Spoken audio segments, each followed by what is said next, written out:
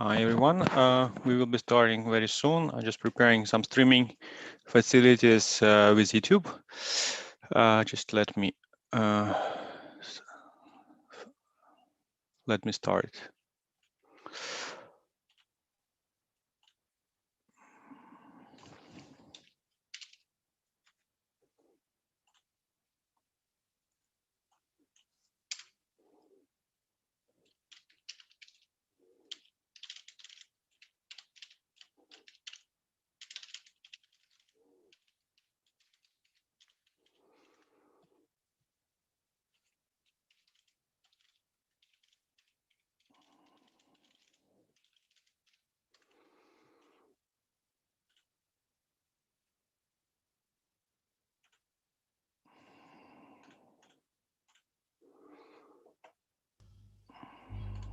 Hello, good morning. Morning everyone. Hello. Hello. Hello, Alessandra. Nice to see you here.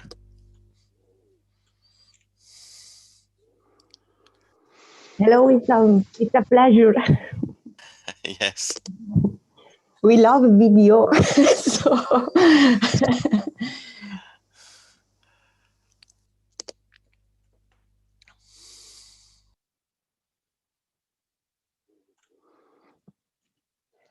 Okay, just in case I started streaming on YouTube, just in case some of our social media subscribers would like to connect, I asked Olga to post that. Okay, and then we will be starting in a couple of minutes. So we will let people to join. Okay, we are missing quite a few people. So I propose we will wait a couple minutes. Okay, so people are coming.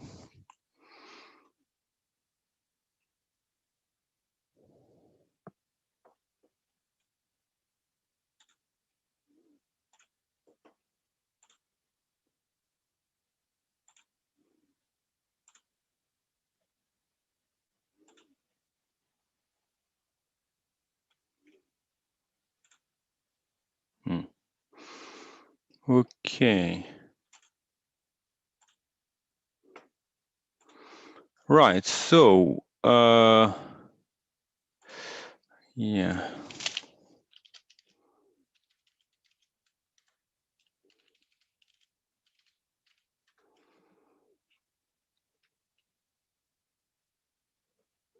Okay. So are we ready? So we have Dragos, are you here? Wissam is here. Eduard is here. So all the presenters should be here. Yes, I will be recording a meeting, and also it's available.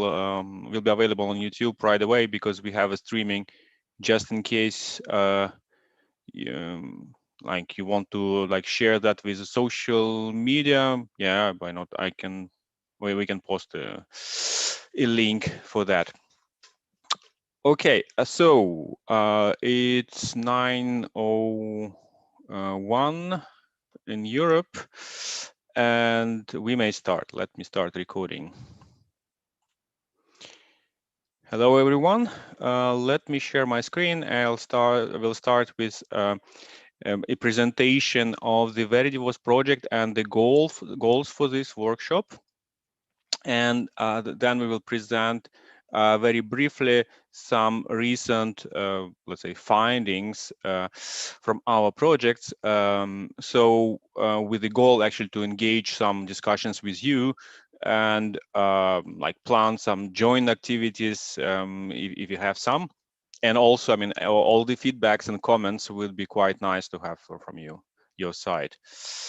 Right, so let me start screen sharing.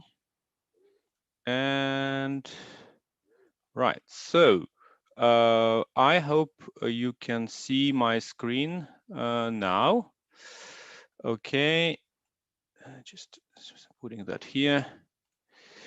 Okay, Right. So this workshop is like funded and sponsored by VeriDevOps project. My name is Andrei Sadovich, and I'm technical coordinator of this project. The project involves several companies, including Malerdalen University, the main coordinator of this project. Then Softeam France as a technical coordinator and provider for modeling tools, ABA Academy University, Ikerlan, Imontimaj, and our case study partners, Fagor and ABB. Right. The goal for this particular meeting will be to get to know each other. So we submitted a lot of invitations. And since we are dealing with subjects such as requirements engineering, security requirements engineering, testing, protection, vulnerability scanning, so we would like to connect with you. So with all the projects and researchers who work in similar domains, so that we can establish a dialogue and plan for joint research activities. So a spoiler, we are planning to publish a book within 1 hour. And so this workshop is a kind of appetizer to have a dialogue to kind of spot who would be interested to contribute to this book. And so we will be happy to share with you 1 year of work on the book. So agenda for today. So we planned like a small home event, let's say, with some small introduction of the objectives of the VeriDevOps project. Then we will be shortly covering state of the art, let's say, so some like dedicated to VeriDevOps project, but covering like touching upon the topics like NLP, security requirements patterns, reactive protection at operations, proactive preventions at development, and then we would like to wrap up and have some shorter discussion. So this is actually home event, internal event, let's say, so that when you can, in my presentations, for you can actually stop me at any moment and ask me a few questions, and I will be happy to help you if I can. And also, based on the topics, we can set up some side meetings with you, so we can discuss what your progress can be. Do something, change data sets, for example, or like share some results and methods that we use for various things. So yeah, that's it. So it is home event, so be set up like comfortably, and like we kindly invite you to ask questions when you want. So one thing yeah, recording was started. I'm sorry, guys. Yes, it's recorded in the cloud, so no problem. No problem, and it's also light. No, it's sorry. Okay, I will check recording. The recording is started, so just in case you want to know, so it will be available at some point on YouTube, but also it's live streamed to YouTube, so live streaming will be also available on YouTube. No worries. So I see some questions in the chat, so that's okay. Also, in terms of participation, so since we are so many in this chat, 28 people, so I would ask you to raise hand. There is a possibility to raise hand when you want to ask a question. So I mean, that way we can all participate. Okay, and if you have some trouble, just push some message in the chat, so I see the chat, and so I can stop, and I mean we can discuss something. Okay, so I think that was it for this first, let's say, welcome speech. we have a lot of people. So we at some point it would be good we have some kind of round table, right, to present everyone and all the interest. But unfortunately, I would say that if we are short in time, we won't be able to do so. So probably when you ask questions, you can present yourself very quickly, and then we can continue to talk.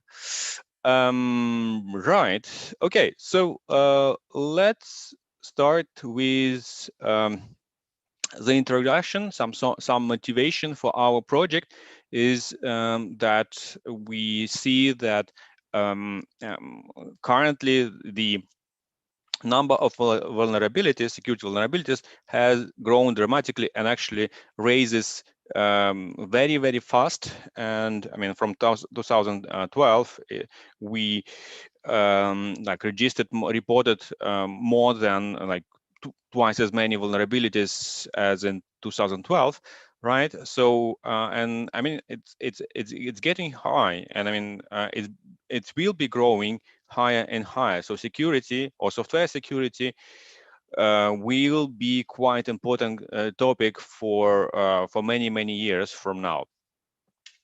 So what we also see that, I mean, all sectors of economy are affected by that, including mostly energy sector, but also like transportation systems, food and agriculture, commercial facilities, critical manufacturing.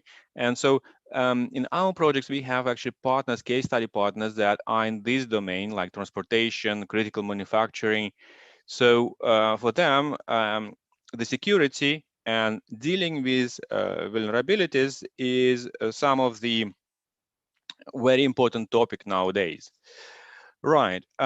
So another um, um, point why it's very important to deal with software vulnerabilities is that, I mean, even though like majority of vulnerabilities reported are network vulnerabilities, 20% are application vulnerabilities, and among those 19%, the proportion of the critical risks is quite high. So also, as it was reported, like 80% of system had at least one vulnerability, 70 had more than one vulnerability. And interestingly, 1 of 5 system has 10 and more vulnerabilities for the system. So vulnerability is not necessarily an exploitable way to crush your system, but it is quite a risk that on some day somebody will find a way to exploit this vulnerability.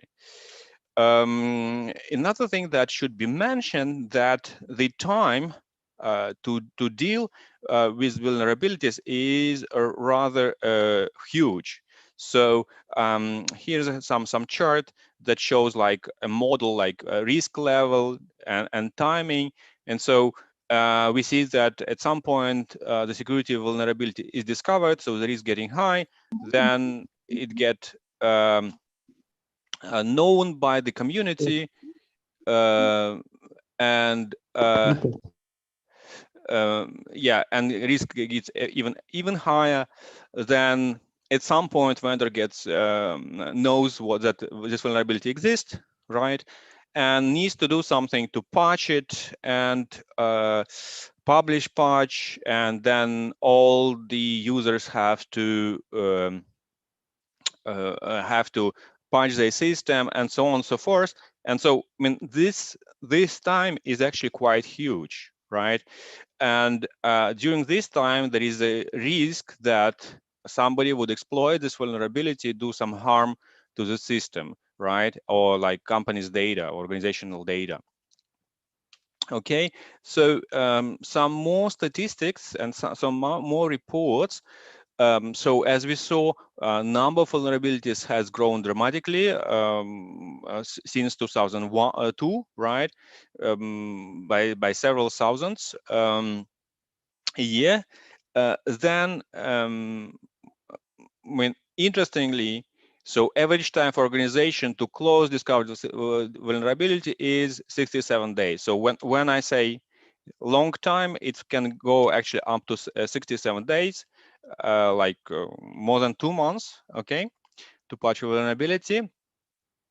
So about 40% of organizations then don't even scan for vulnerabilities, so they even don't know if they have any vulnerabilities, and so that's actually quite dramatic. About 60% run legacy systems, like for example Windows 7, which is not patched, and it's too expensive to replace them in near future. Okay, so I mean, it means that those vulnerabilities represent a huge risk for these organizations. So what we can note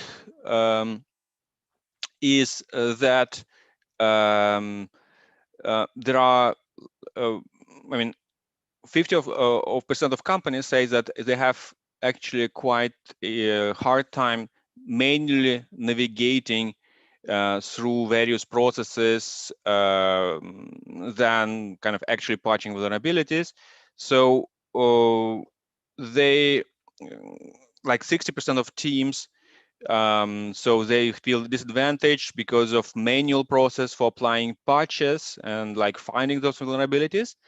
And so, I mean, 5%, nearly 2/3, say that it's difficult to decide correctly what is the level of software patch that needs to be installed. So this gives us a huge motivation to automate various processes and provide methods and tools to deal with security vulnerabilities in a faster manner. So,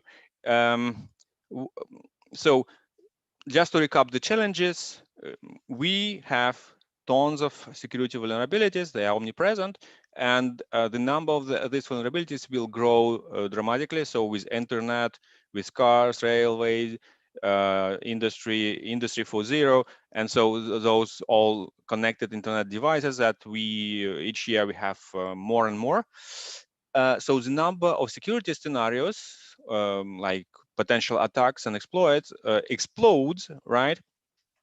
Those vulnerabilities can cause economical losses, but also can affect the safety of operations for example, for industrial system.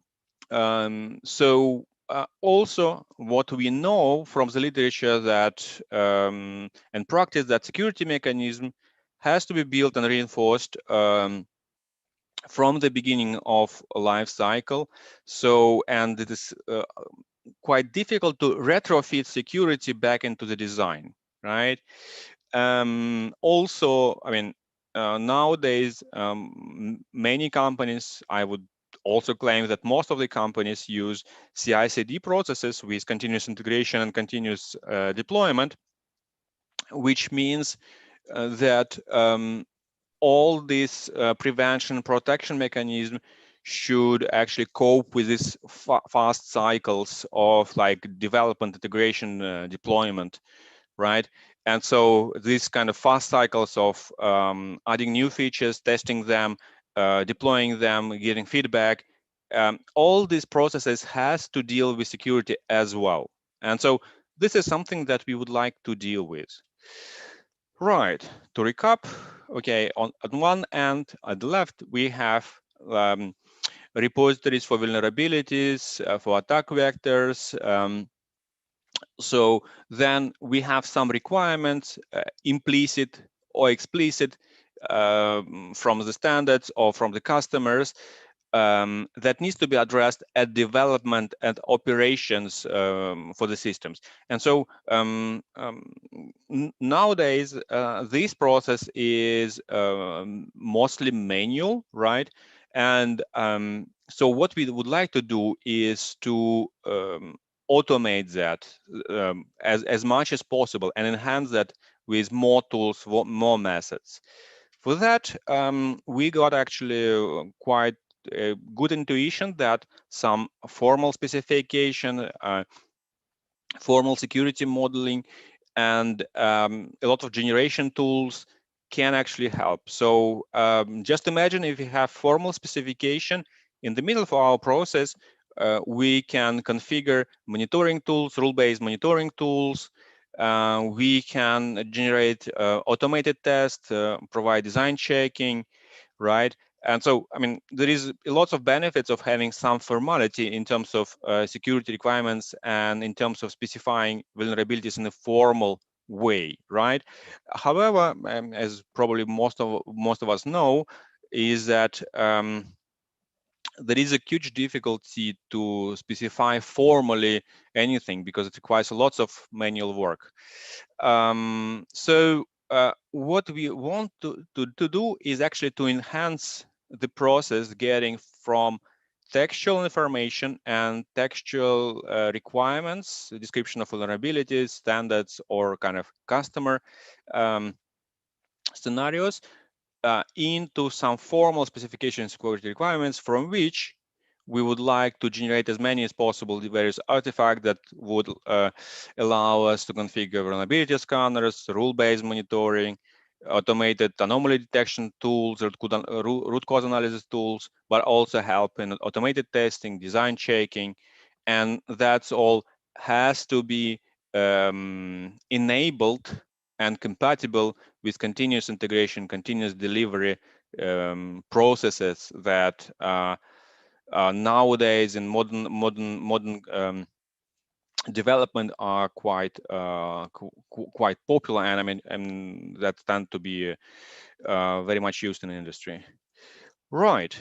Okay. And so for that, we had a few solutions that we target. So on formalization and for specification of like security requirements in a formal way, we had ideas on extracting those requirements from some unstructured text or textual documents, right? To understand what is the requirement, what is not a requirement, what a security requirement, to which category of security requirements it belongs, and whether there are entities that we can extract from the sentences so that we can initialize various patterns for formal security requirements. So as a result, we would like to obtain some formal specification that we can use in other steps, like can we use that for model checking, right? To first check whether security requirements are good or not, and I mean, check the consistency, for example. Can we subject use that to check design models if you have some? Can we use that for test generation and also in fighting with the Oracle problem for the testing? And so that should be the topics that would be interesting to us in our project. In terms of security monitoring and at runtime, so we would like to progressively observe and inspect the system, network, traces, and check whether we have some anomalies that may indicate any vulnerability or prevent some attacks, right? And root cause analysis. So we would like to know what is the root cause for specific alert. So, and that will be done also through similarity learnings, so that we can provide accurate recommendations about what needs to be done. Right. So to recap, the mission of the project to provide research in these various areas. So we have a consortium of the companies and research teams that deal like provide research in these areas, right? And we would like to significantly improve the level of automation in dealing with vulnerabilities, both at runtime, operational level, and development level. We have set up a certain number of objectives for the projects and KPIs. All right. With the goal to improve, like decrease number of days needed to fix vulnerabilities, to process the textual information and getting that into formal specifications. Also, in terms of testing, security requirements, and also integration into current DevOps practices, and validation that through industrial scenarios with our partners such as ABB and Fagor. Right. So expect results. So what we expect to obtain at the end of the project, we would like to obtain methodological results, also several tool sets, right? Like several data sets for a training system to recognize requirements. Also, specific catalogs of security requirements patterns, threat oracle engine that would gather information about system and check whether it's vulnerable to some specific known vulnerability. Monitoring, root cause analysis toolkits, resilience catalogs, those things that we would like to provide and like to the companies and to the community. Right, at the end, we would like to have an integrated framework that would link all together those results that should be validated by demonstrators by the industrial companies such as ABB and Fagor. Right. Based on that, we planned our project with various work packages that follow the structure of this concept.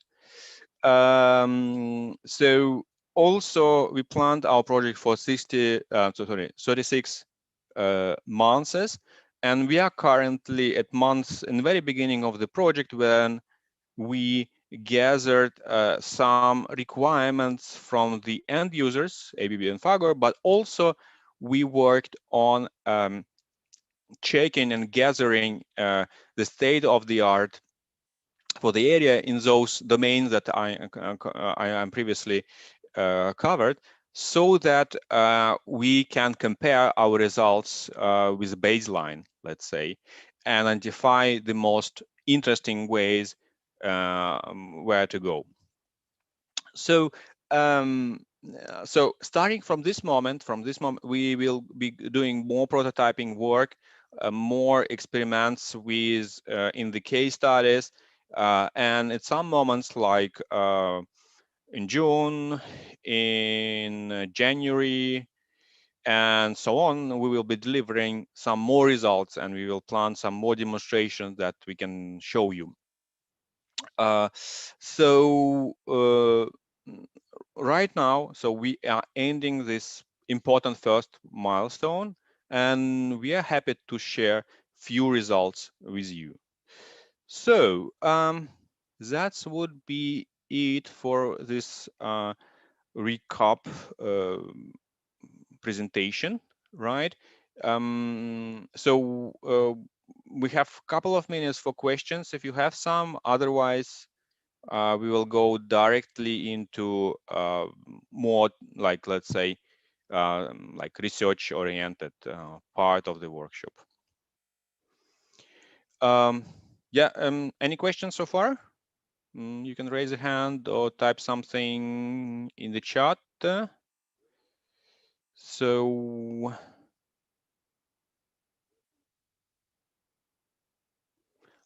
otherwise, I think we can move to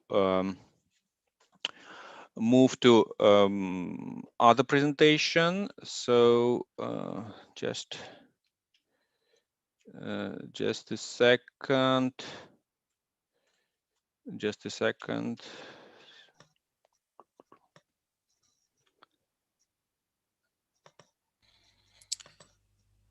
Okay. So before, okay, let me.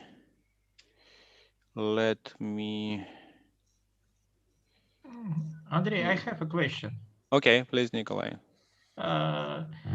Well, maybe it will become clear later, but well, do you think that some methodologies will be valuable not only for security applications, but will have more general value or something like this? Or do you Yeah. think that the project is very much topic dependent?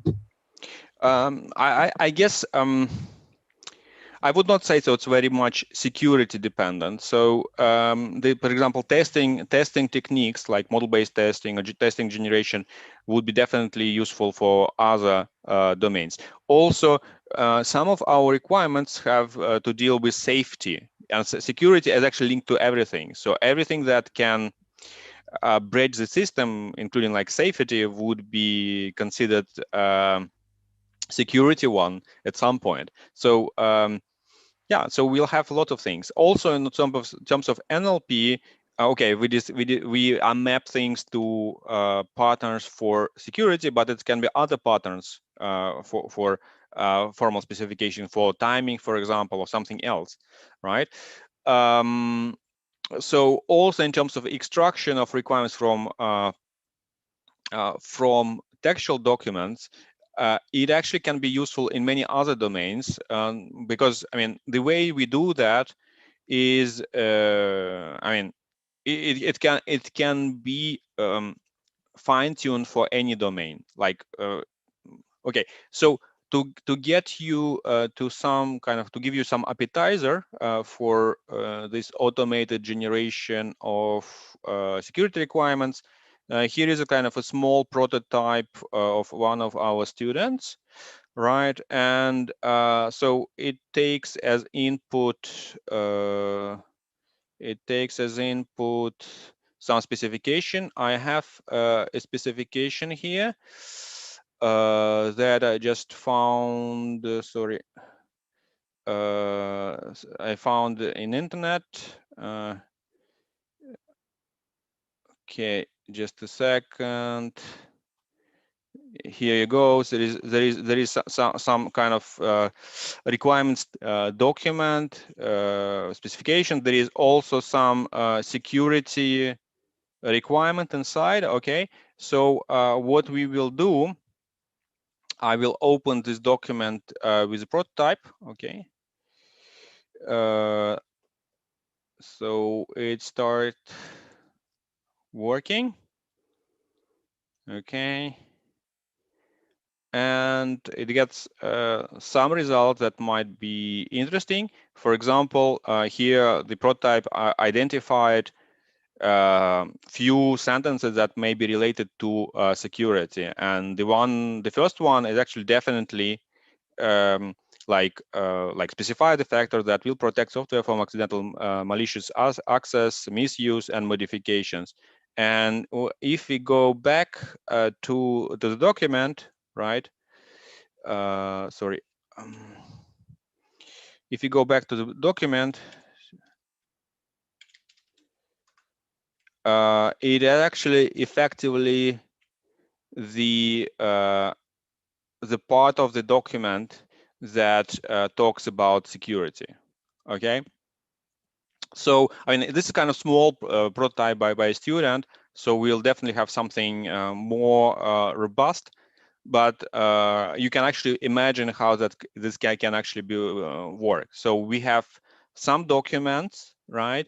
And the prototype trained prototype can extract various security-related requirements. So this one is not particularly clever. It also finds something that is not really requirement, but it's actually the first try.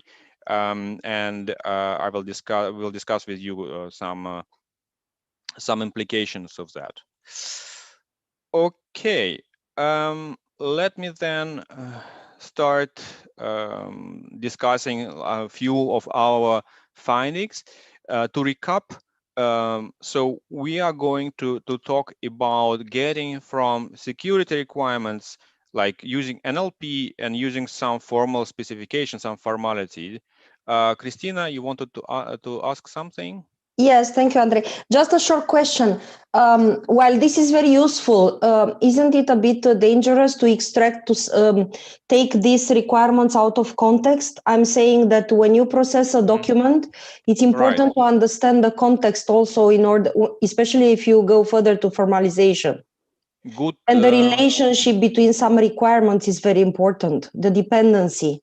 Sure. So extracting this and presenting that as standalone requirements might actually affect your steps further. Yeah, I mean, it's currently a research topic for us as well. So because, I mean, of course, it's very much context related. And in our like training data sets, we would like also to not only like have a sentences, but also everything that around those sentences that might explain the context. Because sometimes, I mean, specialists use abbreviations, or they just kind of have kind of semantical links to previous phrases and stuff. So they may be kind of good paragraph describing anything, and then short phrases describing requirements. So yes, of course, context is very much important. Honestly, we don't know how to deal with that for a moment, but we imagine that this will not be kind of just extraction of the sentence, but it will be kind of sentence highlight within the document where you can like navigate. Yeah, exactly. Maybe it's just a pointer to something. Yeah. Yes, okay. It's kind of a pointer where you should look at, because what we also look see that those security requirements can spread over the document, not necessarily being in one place that's called security requirements. Also, in terms of categorization, classification, so something that relates to access, like securing access to specific data, may also, I mean, be connected to the data integrity, for example, right? And so classification not necessarily correctly reflected in the document, right? Yeah. So, and when you want to really deal with the like data integrity, you might actually need to look to other places. So that way, we can actually provide some kind of automated classification of the requirements. Which is quite nice, I would say, for the specialists. Yes, absolutely. Right. So thank you. Yeah, yes, thank you for the question, Christina. Okay, so what we discovered so far, first, like to give you smaller like concept what security requirements. Like in literature, we find that security requirements deals with specific, like with threats. So it relates to eliminating particular threats that might be gaining access, unauthorized access to the system, or data integrity breach. Escalation of privileges, right? So security requirements is to protect specific assets that may be personal information or specific critical things like I don't know, a credit card number or users' photos, for example, or it can be industrial systems possibility to break particular hardware, for example, with a misuse, right? So then as security requirements, it should be linked to specific countermeasures. So we actually think that security requirements, so description of that plus countermeasure, is the formal specification of the requirement. So, and countermeasure could be security mechanism or security constraint or specific restriction. So, important, I would say that security requirement and countermeasure, they are quite heavily linked. we can go to extreme and say that a countermeasure would be this security requirement, let's say. So from sometime, yeah. So as the best definition for the requirement would be a test that would prove that requirements is fulfilled or not fulfilled. Right. So what we found for NLP for requirements engineering, actually there is a huge area of research for like decades, right? So we were particularly focused on recent advanced with machine learning for requirements engineering. So there were actually quite a lot of things done there. And one of the most interesting one for us is classification task with machine learning that helps to predict category of particular text. So that actually quite helpful when we want to know whether a text is requirement or not requirement, right? Whether this text is security requirement or not security requirement. It may be multi-class classification saying, is this requirement is about access control or about availability, for example, or data.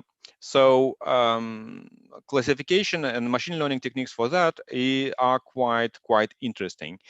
Then there is something called extraction, but it's extraction in terms of you have a sentence and you want to get out some specific terms, right, from the requirements text to build up some project glossaries, but it actually can be used to fill information, like extract information and fill information in specific patterns. For example, if you have a patterns for the formal models, extraction methods may be interesting to use there. Then clustering, organizing documents into specific subsets or clusters. Another thing that we found that was used with NLP is detection. So figuring out what is ambiguous in the requirements, okay? So to like with the goal to make them correct, more coherent, right? So it goes into detection of lexical issue or like usage of grammar rules. So some vague phrases or weak verbs, right? Some syntactical ambiguities. Yeah, whether the requirement follows specific predefined template or recognizing some equivalent requirements. So that's actually be done with some detection methods. We actually also checked some interesting domains such as vulnerability detection, right?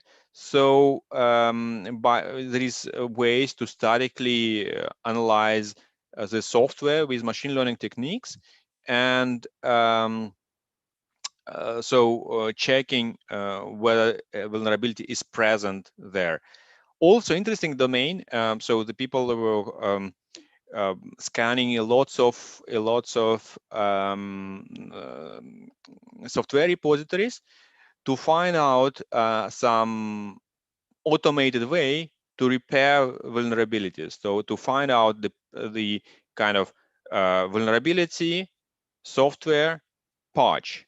And so learning from source examples, if they can be prediction for kind of automated patch for certain software. Another thing is specification analysis. So it deals with security risks on the specification level. It can actually deal with descriptions of vulnerabilities in textual format and assess security risks for the systems. So in terms of evaluation, it's important to mention a few things.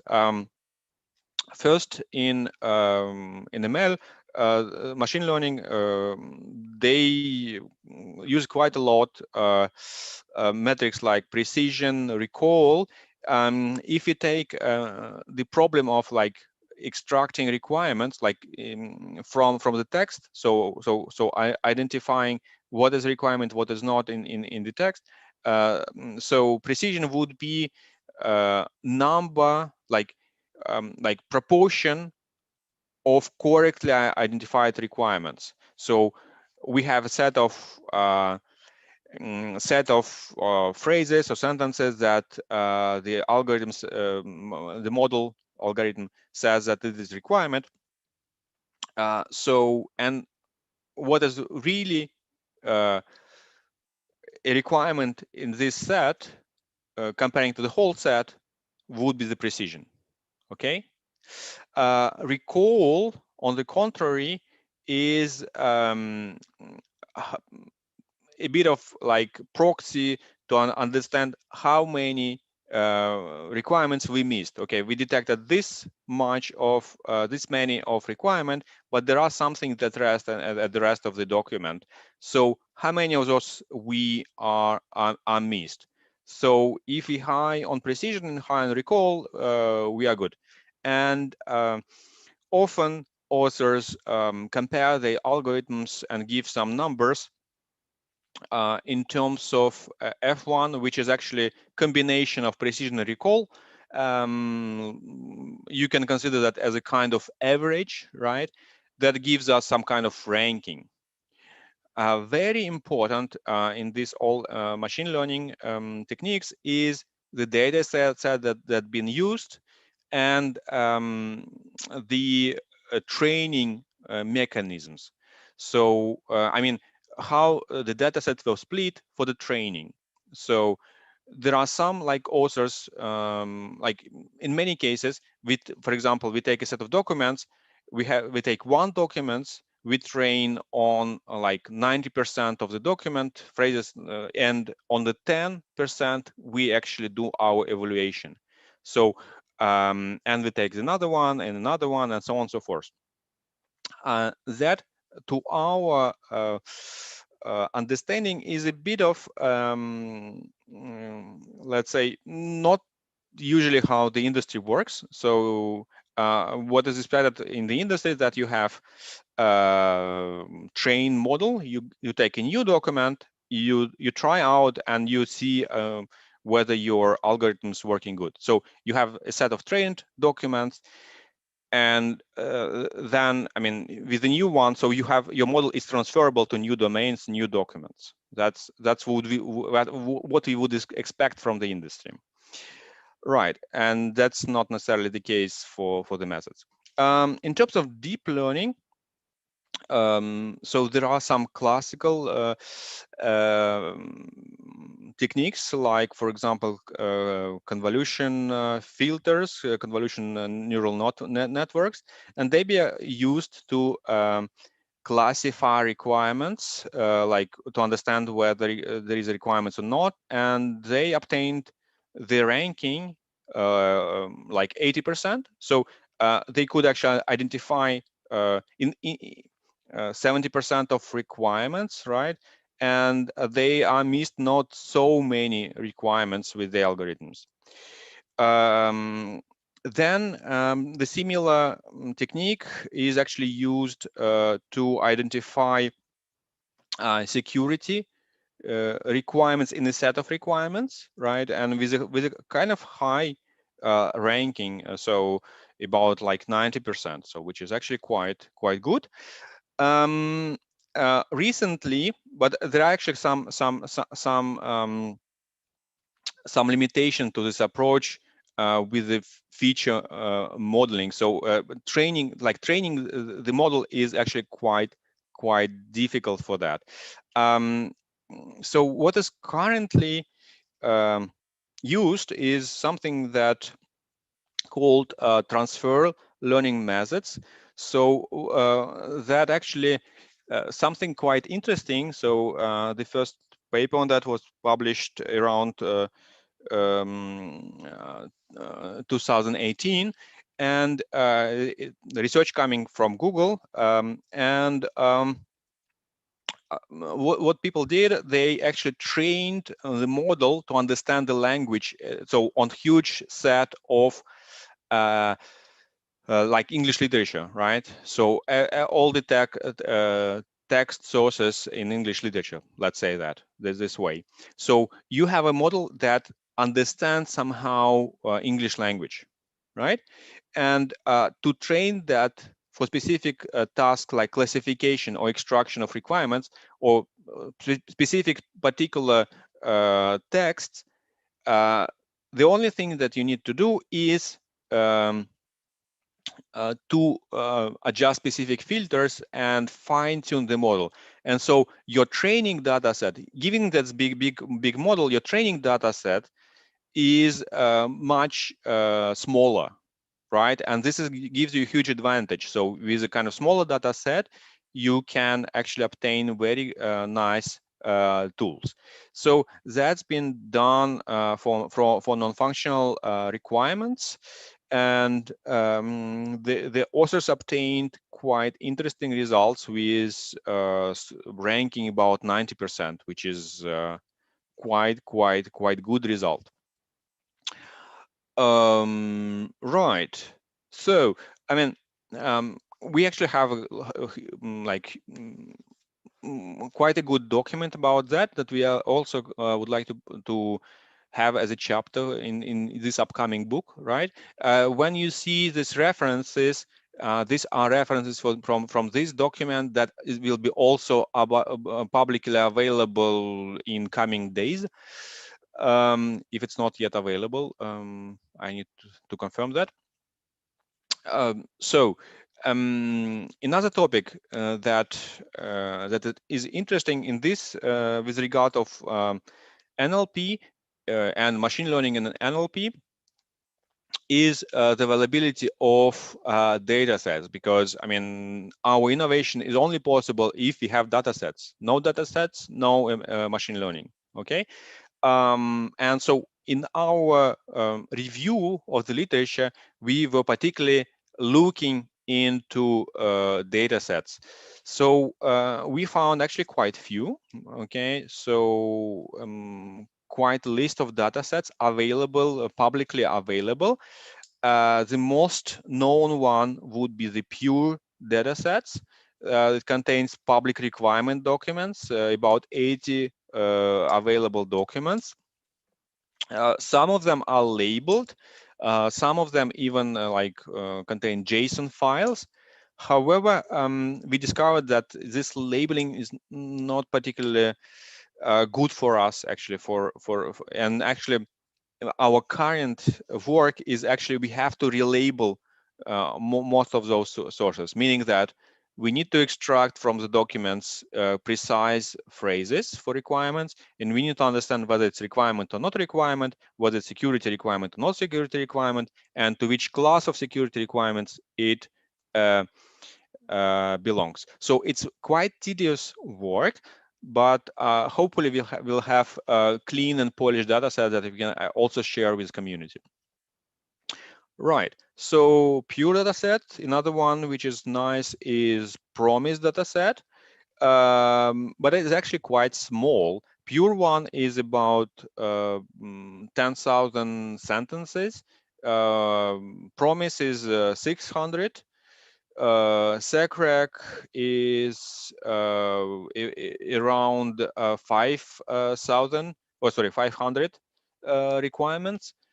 Then we have very nice data set on open source projects. So the data set extracted from repositories of open source project, and that's actually quite interesting as a kind of technique how to obtain the data sets.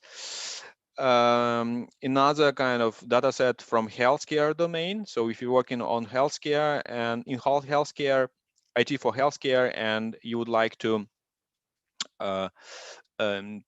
build system for that, so you may have a look there. So then there are more data sets that we haven't analyzed yet, but that presumably contains quite a lot of sentences with some labeling, but we still need to kind of polish, understand whether how that can be used for training. So to that, it actually was an important step for us to look for these data sets and get get them and kind of make them operational. Right. Okay, so getting from NLP, as you may remember, we have the task for formalization. And with that, we actually had strong opinion, let's say, that we need not only deal with textual information, but also with means for verification. So requirement for us would be specification of this requirement, but also the means to verify that this requirement is fulfilled. Also, what we wanted to look at is possibility to reuse or kind of automatically instantiate the requirement. So so we were looking particularly in this area, in this work. So, and actually we found quite a bunch of things. So there is an area when like authors, researchers looked into formalization with unified modeling language and linear temporal logic constraints, specific activity, using activity diagrams for modeling attacks or sequence charts, using CAPEC, which is attack patterns, to link them with vulnerabilities. So this is actually quite interesting part, this NLP that helps to make connection between vulnerability and attack vector. So which actually quite useful, because if you consider this couple, like vulnerability, attack vector, you may, it's exactly what we need. We need specification, we need verification mean. So vulnerability description plus attack is actually something interesting. Then there is quite interesting study about using Stride. Stride is a threat model by Microsoft with a couple of categories, and the authors, they linked those threats to attack patterns, which is exactly what we need. We need a couple: specification of the vulnerability and possible attack. So that's what we'd like to prevent.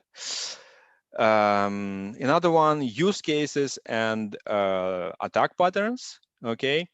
Then various work on generalization of attack patterns and implementation them as a kind of executable like patterns, like tests, executable tests, let's say.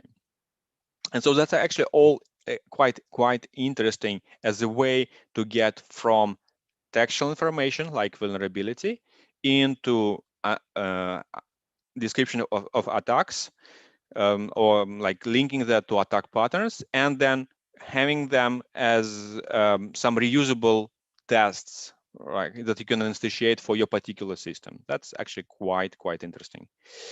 So we also found a couple of ready-to-use catalogs for patterns, like temporal patterns, okay, quite known common attack pattern enumeration classification, CAPEC repository, but also there are some analysis and testing, validation and verification patterns that is actually quite useful, because our goal to make those to have our own catalog of those patterns, or kind of extend those catalogs of patterns with security patterns that should be instantiable, so and reusable, right? So our current idea is to look at parameterized unit tests as a kind of formalism to express the attack pattern. So we have textual information and we have test, like parameterizable unit test, as a kind of way to verify this, express this this particular security requirement. So this is kind of our ideas so far. In terms of gaps, so what, looking in data sets, we saw that, okay, they're not particularly clean. So we need working with a larger and cleaner data sets, we can obtain better results. We would like further experiment with transfer learning methods like BERT. In terms of security patterns, we would like more go into domain of attack-based patterns, right? And mapping requirements, vulnerabilities to attacks, and then encoding those patterns as object-oriented reusable templates. Right. I think we have. I have run out of my time. We have a couple of minutes, or we can actually establish a break. We can make a break for 5 minutes.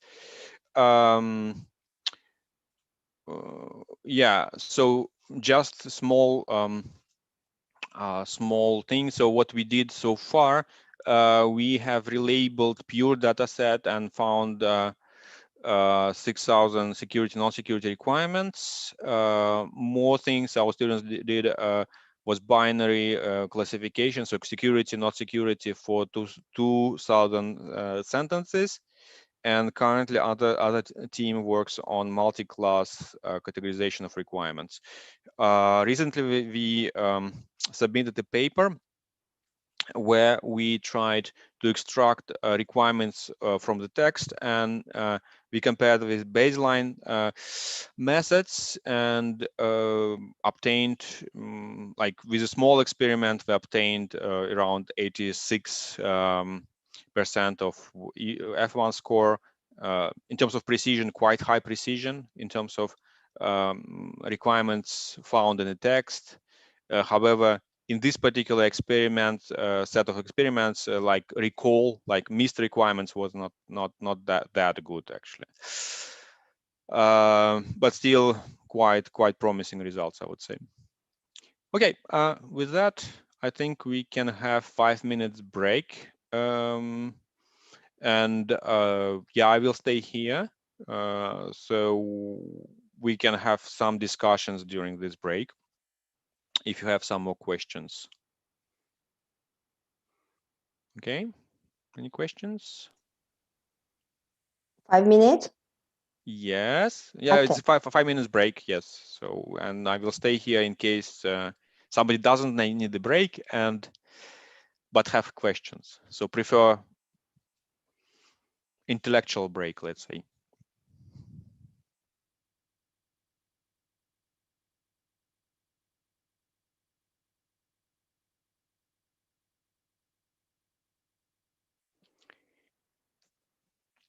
Okay, so who will be the next? Wissam, you are going to present?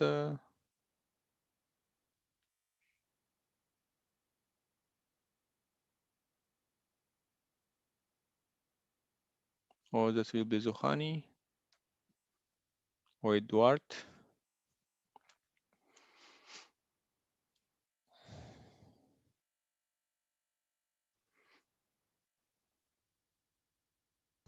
Sorry, what was the question? The question is who is presenting next, because I think it's Wissam and Rosa. Wissam, Wissam and Rosa. Because Okay. War Package 3 should, and then Okay. Tanvir and I can present. Okay, I think. good. Yes, it will be Wissam. Okay, very good. Okay. Yeah, I will go to check if we have any questions on social media so far. Okay.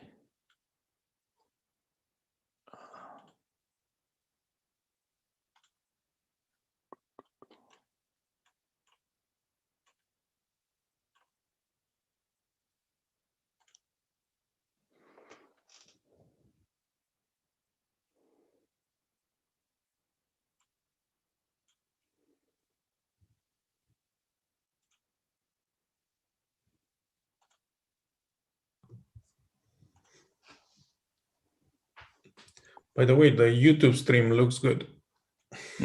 Yes, it's good one, but no questions so far, so it's okay. It's okay.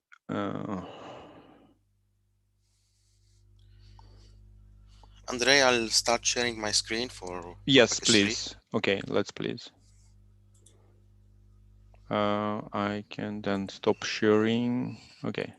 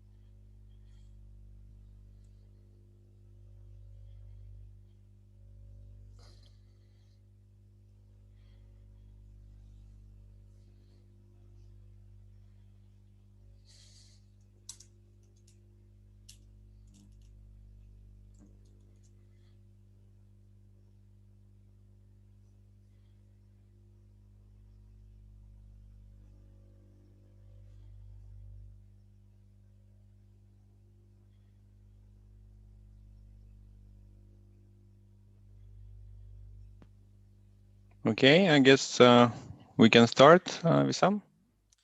Yeah, yes, sure. So my name is Wissam Alouli. I'm working for a small company located in Paris called Montimage, and I will do this presentation with my colleague Rosa Iglesias from Ikerlan, Spain.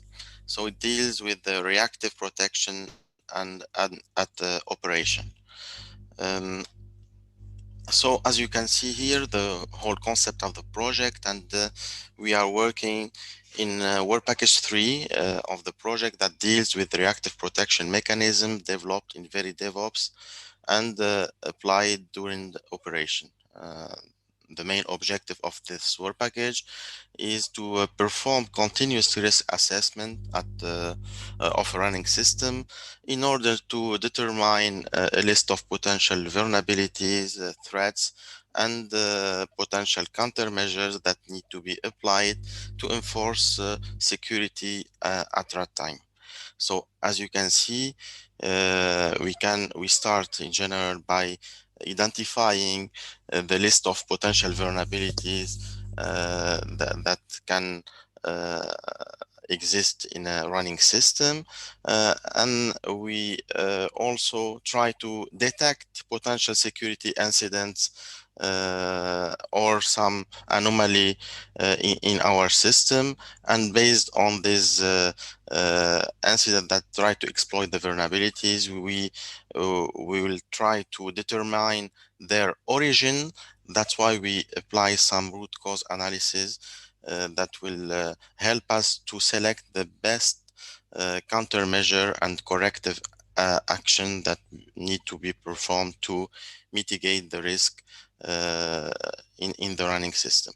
In fact, we start in VeriDevOps by this operational part, because we consider that we have running system already that are already deployed, and we would like to reinforce their security at runtime. And of course, some of the countermeasure may apply the fact that we need to improve the design of the system, or to introduce new features or develop new pieces of code that will improve the system. And that's why the work package 4 related to protection at development to come after work package 3. So let's start with the first topic of this project, which is vulnerability scanner, and I will let Rosa present this part because they are the expert in this domain. Rosa, are you here?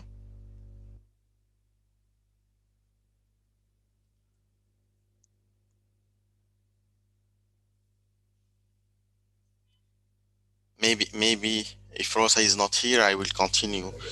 Wissam, sorry, I was about to find another place to have this conversation with you, but there's no possible. I think there's some noise coming out. Okay, but if you don't, can you hear me properly? Yes, we do. Okay, thank you very much. Okay. Yes, as Wissam mentioned, okay, this is about to protect the system while it's in operation, okay, during the maintenance or even when the system is running, okay. And in that case, as Andrei mentioned before, we need to detect vulnerabilities, okay, and this is about, okay, the vulnerability scanner. Okay. First of all, what is a vulnerability? Do you know that? It's a behavior or set of conditions present in a system, in a product, component, or service that violates an implicit or explicit security policy. Okay? And what attackers do? What do attackers do? Attackers exploit vulnerabilities to compromise confidentiality, integrity, availability, or any other security property, okay? And maybe you are aware of it, but vulnerability, okay, and normally are with a identifier, which is called common vulnerability and exposure number, okay? And that means that the vulnerability is publicly known, okay? And there's a list, okay, with those vulnerabilities, okay? This list, okay, is done by Mitre, okay? And you've got a link there, okay? But there are many other bases for vulnerability data sources, okay? Not only okay, the main list is the CVE list, okay, but some others can use that list, okay, like the National Vulnerability Database, NVD, or many others that you've got there, okay? So, yeah. So, in this case, vulnerability scanning or detection can be done in different ways. Manually, you can look for vulnerabilities every day or even an hour, okay? You can make them automatically or combining both techniques, okay? And can be passive or active. Active means that you infer some traffic, okay? And you bother the system somehow. And passive is like you look for some not normal behavior, but in a passive way, don't bother the system.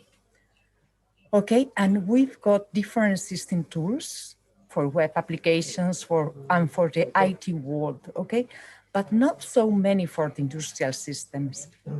And as Andres mentioned before, industrial systems have got vulnerabilities, okay? And that's critical because normally these are considered severe or with high impact vulnerabilities. So we need to protect the systems, okay? So many of those applications, okay, do not support industrial protocols like OPC UA or any other industrial protocol that you may think of, okay? So they don't detect even the presence of a target, okay? These systems sometimes are connected directly to the system, and sometimes the industrial system cannot be connected to the scanner, okay? And scanning tools are mainly for IT environments, but sometimes they are not applied for the operation technology environments. In this project, in VeriDevOps project, okay, we propose to design and develop a tool called the Threat Oracle Engine, okay, that will make use of the common platform enumeration identifiers, okay. These identifiers identify hardware and software, okay. So in that sense, we will be able to look not only for the operating system and install applications, as many other vulnerability scanners do, but also to look at open source libraries, packages, cryptographic chips, and so on. Because the main idea of this vulnerability scanner is to be to make use of an asset inventory that is built from the development phases, not at the end, okay? Considering all the software and hardware components that it's made up of, okay? So the idea is that initially, the TOW will use the National Vulnerability Database because it's the most extended one, okay? But this vulnerability scanner can be updated with any other vulnerability data sources, okay? And this is a diagram, okay, that tries to set at a high level design of the vulnerability scanner, of the THOW, okay? And how this system, in the upper bottom, you can see that can be also can have a logging subsystem that can later be connected to a commercial CM, okay, security incidents and event management, okay, and the different databases that are specifically separated in case of an accident, in case of something happens with a database or anything, okay? This is the main idea. Everything separated to make it resilient from the beginning. Can you go to the other slide, please? Yeah, so I'll continue, Rosa. Thanks a lot. So these vulnerabilities can be exploited by attackers. So it's crucial to monitor the security of the system at runtime to be able to detect intrusion or detect anomalies. So the idea of security monitoring is either to have a set of signatures, attack signatures or attack patterns that are already known. So in this case, we can apply some rule-based detection to be able to detect these attacks. And for 0 days attacks, that means the attacks that are not known, so we don't know yet their signatures, we are obliged to perform other kind of detection. And in general, we apply some machine learning or artificial intelligence algorithm that will allow to detect these kind of attacks. But let's start from the beginning. To be able to monitor a system, we need to collect data and capture this data. Of course, in IT system, we can have some specific monitor to collect network traces, for example, based on some TCP dump or libpickup or DPTK libraries. We can also see the system logs. We can also access to some application logs. But in industrial control system, sometimes it's not as easy as that to collect this kind of data. And of course, in this industrial systems, they also use some specific generate some specific protocols. So we need to have tools that are able to extract this this protocol and to extract the different fields and understand the meaning of these fields to be able to perform correctly the monitoring of this data. And of course, when the system is distributed, we need to also determine where to deploy our monitoring agent to be able to have a global overview about all what is happening on in the system at different layers. So the infrastructure layer, the hardware layer, the network layer, the application layer, etc., which is very important to be able to have monitoring in depth of this ICS system. Let's take now the specific challenges related to rule-based detection. So we can, when we speak about rule-based, that means that we are specifying or we are modeling the attacks using a specific grammar. So this grammar we need to study its expressivity, because we would like to be able to express all the attacks, all their details. And if we have complex attacks that may involve several data sources, that may involve also the correlation between different events, this should be possible. And of course, if the expressivity of this model is not enough, we'll miss for sure several kinds of attacks, and that will not be possible to be detected using our solution. Another challenge is the fact that in ICT system, but also in ICS system, industrial control system, the vulnerabilities are always discovered. So we have always new vulnerabilities, new attacks.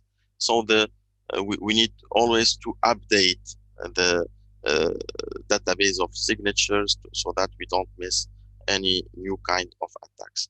And of course, you know now that all the communication is in general encrypted, and this will give a big challenge to the monitors that maybe mainly the network monitor that will have only encrypted data, and in this case it will be more difficult in general to detect attacks for encrypted data.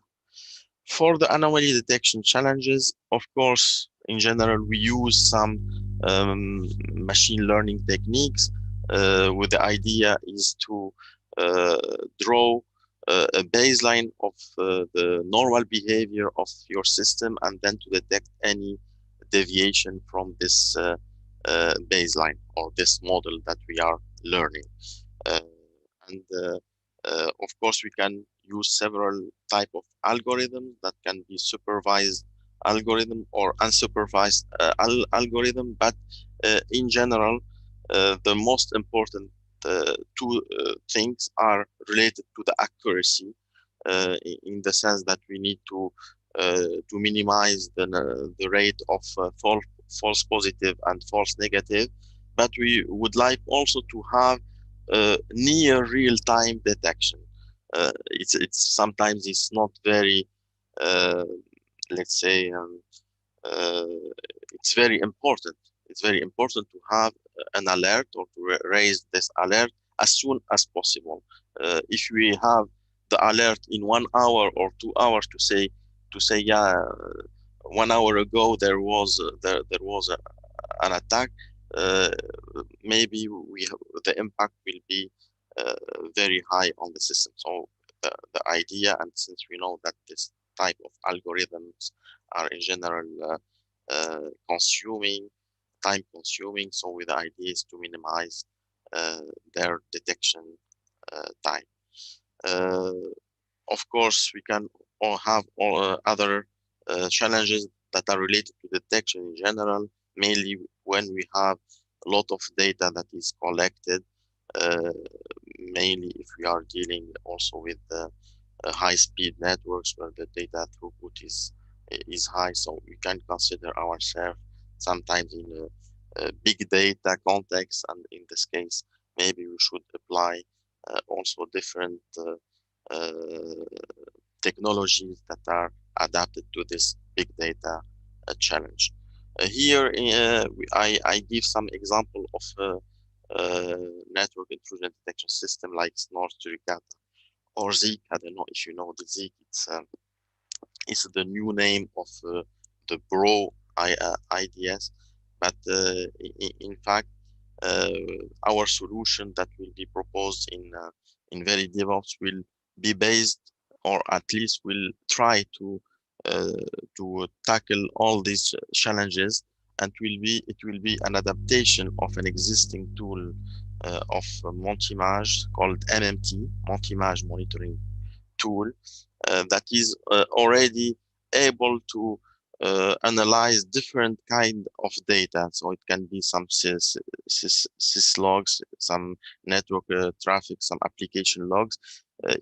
This is possible because our extraction engine have a plugin architecture that allow to analyze any kind of information and transform this information into a set of events that have the same format, which is a key value structure.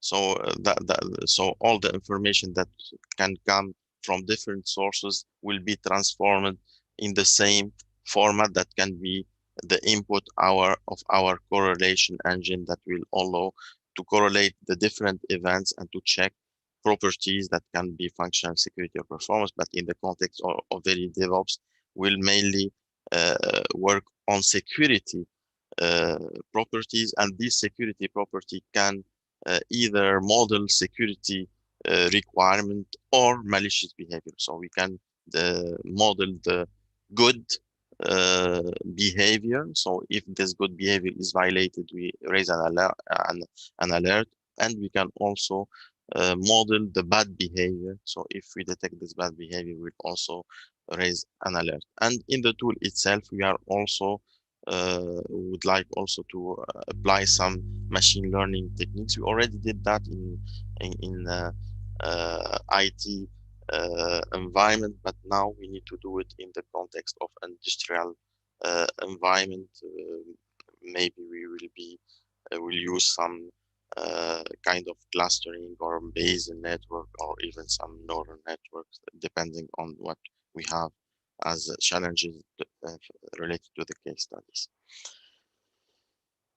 When we raise an alert, sometimes it's not easy to know what is the origin of the problem. That's why mainly when we apply some anomaly detection, we know that there is an anomaly, but we need to check if it is first of all a false positive or not, and then we need to determine the origin of this alert. So that's why we use root cause analysis, which is a method for identifying the root causes of observed incident and problems, and it is applied in general in a wide range of domains, including IT, system, telecommunication, industry, transport, etc., etc. So the idea by applying root cause analysis is to be able to select the best countermeasure that will mitigate the damage of the problem. So in general, there are three key ingredient to be able to perform successful root cause analysis: the domain knowledge, the system knowledge, and the observations. The domain knowledge is that these are the laws that govern the system. For example, the law of mechanics for a mechanical device. The system knowledge is the element that compromise the system and the relationship. So we need to understand the relations between all the different components of the system, their relative position, their interfaces, etc., etc., and the observation, because as you know, not all the events can be observable or can be captured. So we need to work on the observable data coming from the system. For example, for a printer, we can see the printed pages for a printer, or the information from its internal monitoring sensors, etc., etc. So all these information are important to build the root cause analysis, and to will allow making inference on what could be happening in the unobserved part of the system, and predict future observation and potentially solve the root cause analysis problem. Here, in the context of VeriDevOps, we'll use the root cause analysis tool of Multimage that will rely on some similarity learning to be able to identify the probability of root causes and provide accurate recommendation about the most adapted corrective action to mitigate the risk. The big challenges here is, first of all, to have a learning data set from previous incidents and their causes. And the second challenge is also to determine what are the metrics, what are the metadata that are the most impacting in a system, to be able to capture them and to work on them. Once we know what is the cause, the idea is to apply some recommendations and some to apply some corrective actions.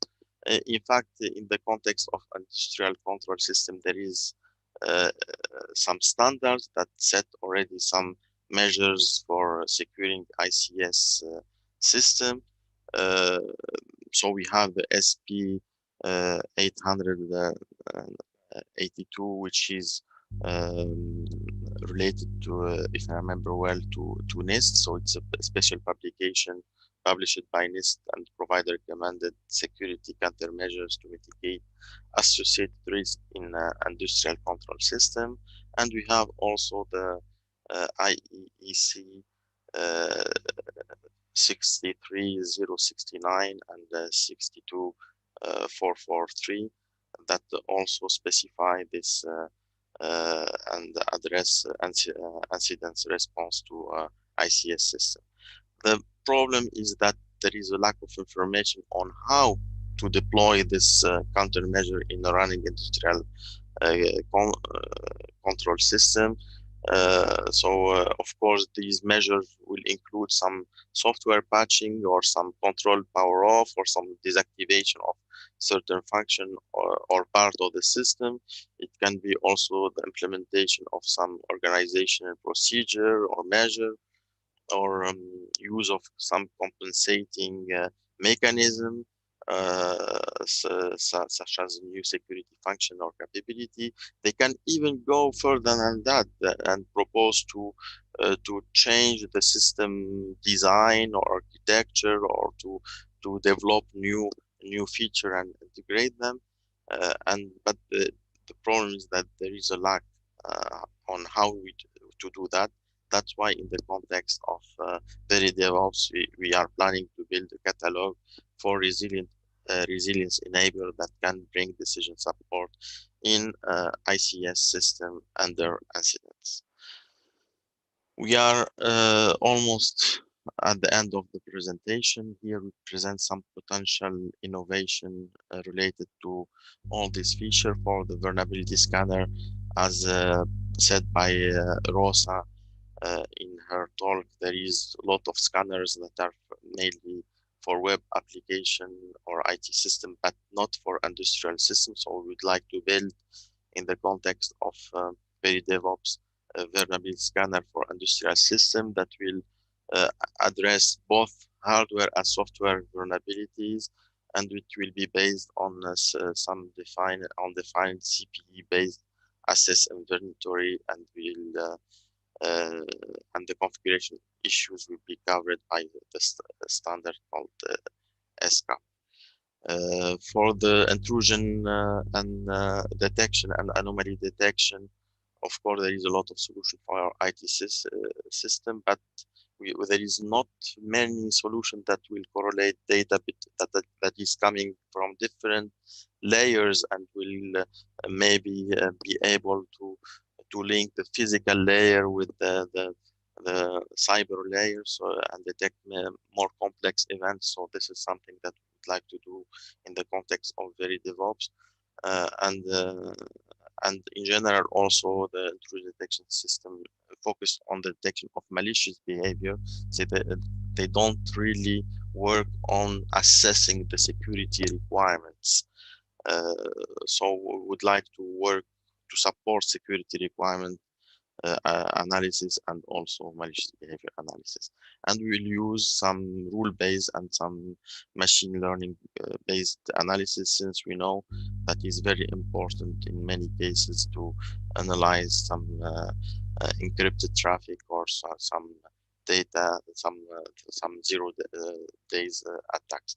We'd like also to have some adaptive analysis in the sense that our monitor should be let's say energy aware, and we would like to only analyze the what need to be analyzed at specific time. So if we detect some vulnerabilities, we will only activate the attacks detection that can exploit these vulnerabilities, and we can of course add new detection properties if new vulnerabilities are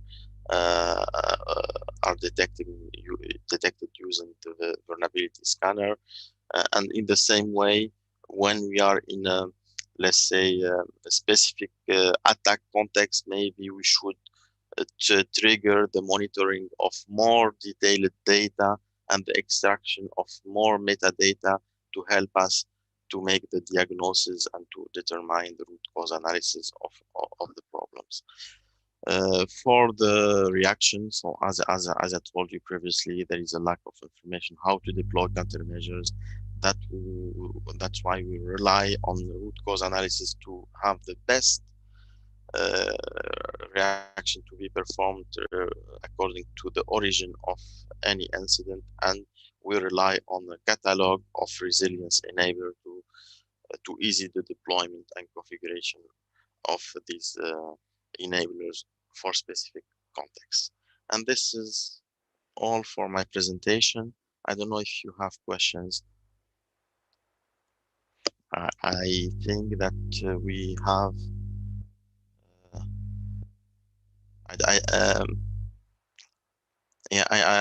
I have a question from a few Nguyen from Sintef. Hi. Yes, hi Wissam. Hi. Hi everyone. Yeah, thanks a lot for your presentation, Wissam. So it's me, Fu from Sintef. So I think yeah, I like very much this direction, and recently yeah, at Sintef we have done a systematic mapping study on the approaches for using let's say AI supported security risk assessment. Mm-hmm. And I think that our finding is very much aligned also with what you're presenting here. So basically the AI supported security risk assessment has been increasing quite a lot since the last decade. I think it's the focus so far has been mainly still focused on the intrusion detection. So basically on the risk identification. And maybe a little bit on the risk estimation, but I think the one thing is very still very lacking or not yet research on is about risk assessment, or no risk evaluation, right? So it can give some kind of whether the risk or its magnitude is acceptable or tolerable, and then we can base if we have the risk evaluation that can be supported somehow by AI or machine learning, then it can provide some input for the decision about risk treatment. Yes. So I see it's quite aligned. But I think I like the point that you mentioned about the catalog part, because I guess if it not, of course, it's really not possible. Like you can use machine learning for providing suggestion for risk treatment for everything. But so it means there could be some that can be supported by AI, but then for example, like if you have to redesign the system and so on, it is not possible. So it's still a challenging task. I think it's still a research topic, this AI supported risk assessment and management. I don't know if you have already some publication in this way. The paper just got accepted at ComSac, so we can I think it will be published soon, hopefully. Okay. But I think if first of all, I don't know if in your catalog you may have some direction for what kind of treatment that may be possible to be supported by AI and what is not, right? So I think that could be one. It's something that we need to study. Of course, we are still in the beginning of the project, and the idea is that we would like to rely on the already the measures that are mentioned in the several standards that we identified, and maybe some of them will focus on this AI part, and I'll let you know when we have further result on that. Today it's not. Okay, sure. I think of course we will keep in touch and. Sure. Okay, thanks. Wissam. Thank you a lot. Wissam, can I say something? Yes, I think it's very interesting what you propose. Fu, what's the name? Fu? Yes, yeah. Okay, so I think it's really nice what you said, because I think it is true that you can find a risk or a vulnerability in a system. Imagine that we have built a system with some kind of hardware and software, but imagine that you use an open source library like embed TLS, okay? Mm-hmm. And you find a vulnerability there. There's a new vulnerability with the thaw, okay? We look every minute if there's any new vulnerability, okay, for that library. And we found a new vulnerability. But that vulnerability is related to something else that you don't use in your system. Mm-hmm. So there's no risk at all, okay? Yeah. But imagine that you find that vulnerability, yes, it is core for your service, okay?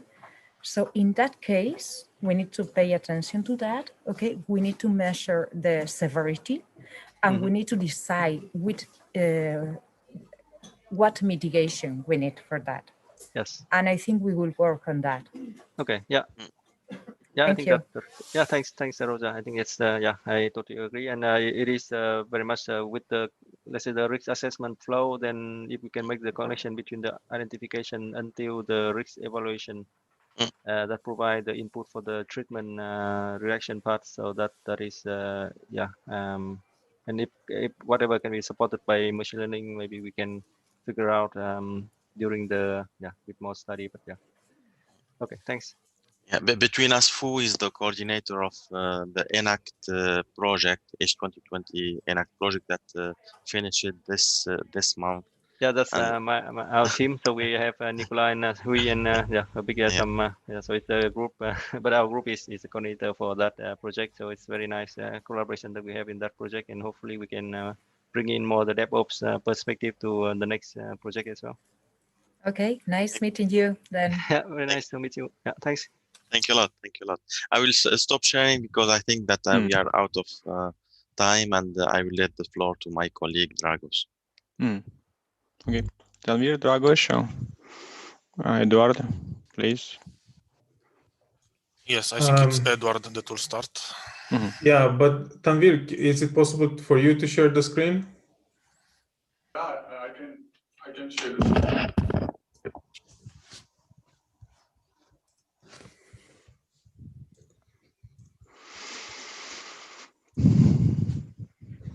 So how are we doing with time? How much time should we spend on work we package? overlap, but I guess it's since it's kind of home event, we can do your best, and then it will Okay. time from discussions. Good. So okay, but let's start. Thanks, Tanvir. So so I'm Eduard Denoyo. I'm a senior lecturer at Mälardalen University in Sweden, and I work with software testing and applied formal verification. And together with Tanvir Ahmad from Obo Academy, we'd like to outline here a part of the state of the art related to the technologies used for ensuring some security aspects at the development phase. So we will specifically look into how formal specification developed in other work packages can be used for automated test generation, security testing, and vulnerability localization, for example. And we'll focus on those technologies that are reported in the state of the art. Next. So today, Tanvir and I will try to cover the following subjects, spanning from formal analysis and verification to security testing and localization and debugging. Next. So getting back to the VeriDevOps concept, this state of the art relates to the development part. So you see that in green, where designs need to be checked. Then you have automated tests that need to be generated and executed. So that's the focus of this short presentation we'll give today. Next. Good. So from a technology point of view, we're looking at how to also combine model-based analysis and verification with test case generation for testing of large-scale industrial systems. So, of course, this is not easy to do, especially if you do security testing, and there are some prerequisites to even start working on this.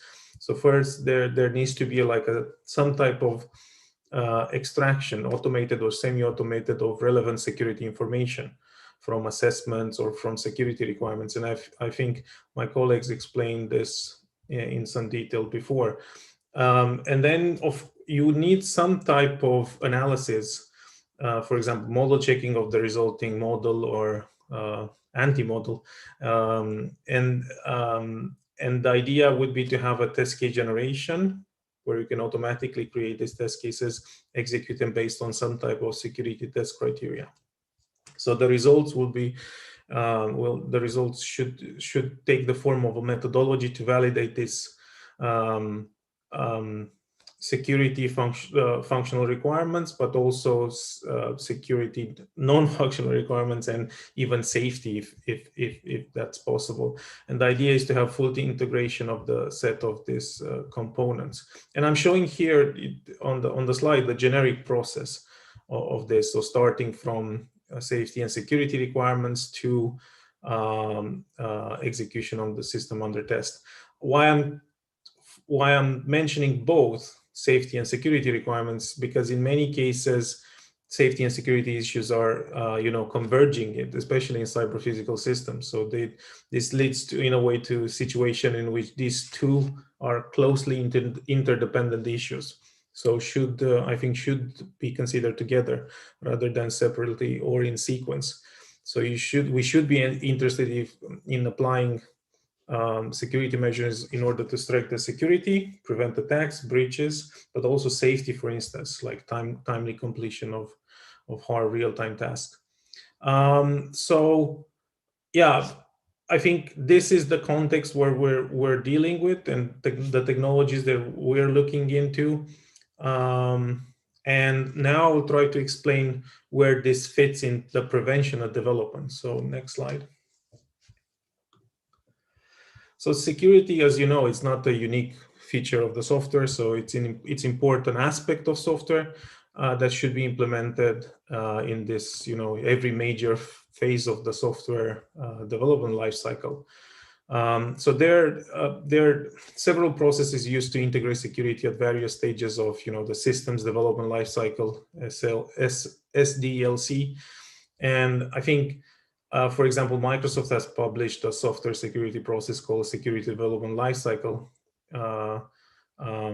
As I mentioned, that introduced security and privacy early throughout all phases of the development process. And another example that I show on the slide is the software assurance maturity model, SAM, framework that comprises of 5 phases. You have the governance phase, design, implementation, verification, and operations. So we will actually describe techniques that are used to enforce security aspects at development in different stages. So I want to outline this model in the beginning, because we introduced security testing and discussed fast testing approaches, search-based security testing, model-based testing, penetration testing, and localization and debugging approaches. And all of them fit in a certain space here. Next slide. So formal methods. So we start with that because you saw in the beginning that we had a requirement model that needs to be checked. So we actually looking for logical reasoning from logical or mathematical specification of the behavior. And the idea is that they offer rigorous proofs that all system behaviors meet some desirable property. So for security, if you have crucial for security goals, this is important because they can show that no attack strategy in a class of strategy will cause a system to misbehave. That's important. So you could rule out a whole range of attacks. So they offer, benefits like, for example, if you formal specification will tell an implementer what to produce and they tell the user or integrator what to rely on to do it. So, and the problem is that the many vulnerabilities arise from misunderstanding and mismatch as components are integrated. So the payoff here is that you have rigorous interface specification.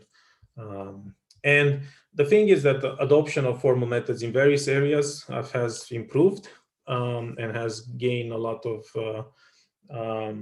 momentum, but we anticipate here that formal methods can provide similar improvement in the security of this industrial system. So I think formal methods are in a period of rapid development in broadening this application. So there are many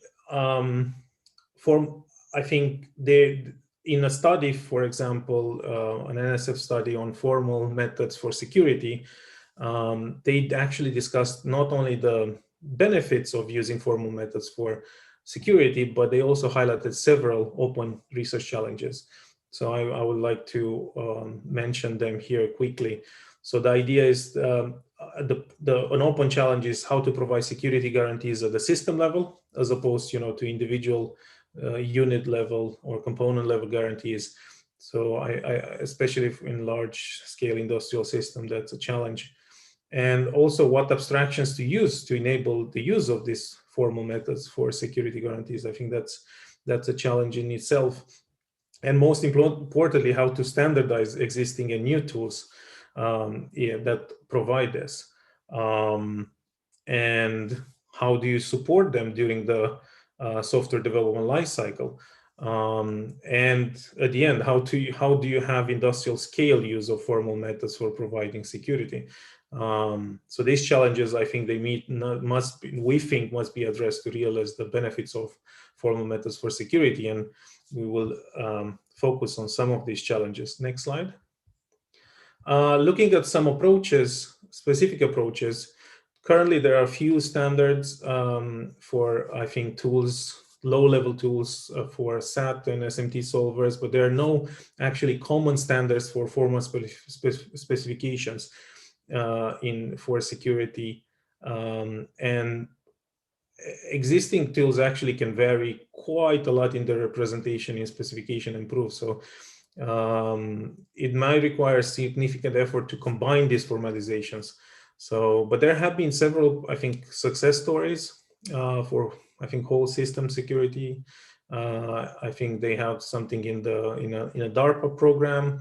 Also, I think for verification of a radiation therapy system that it showed quite good results.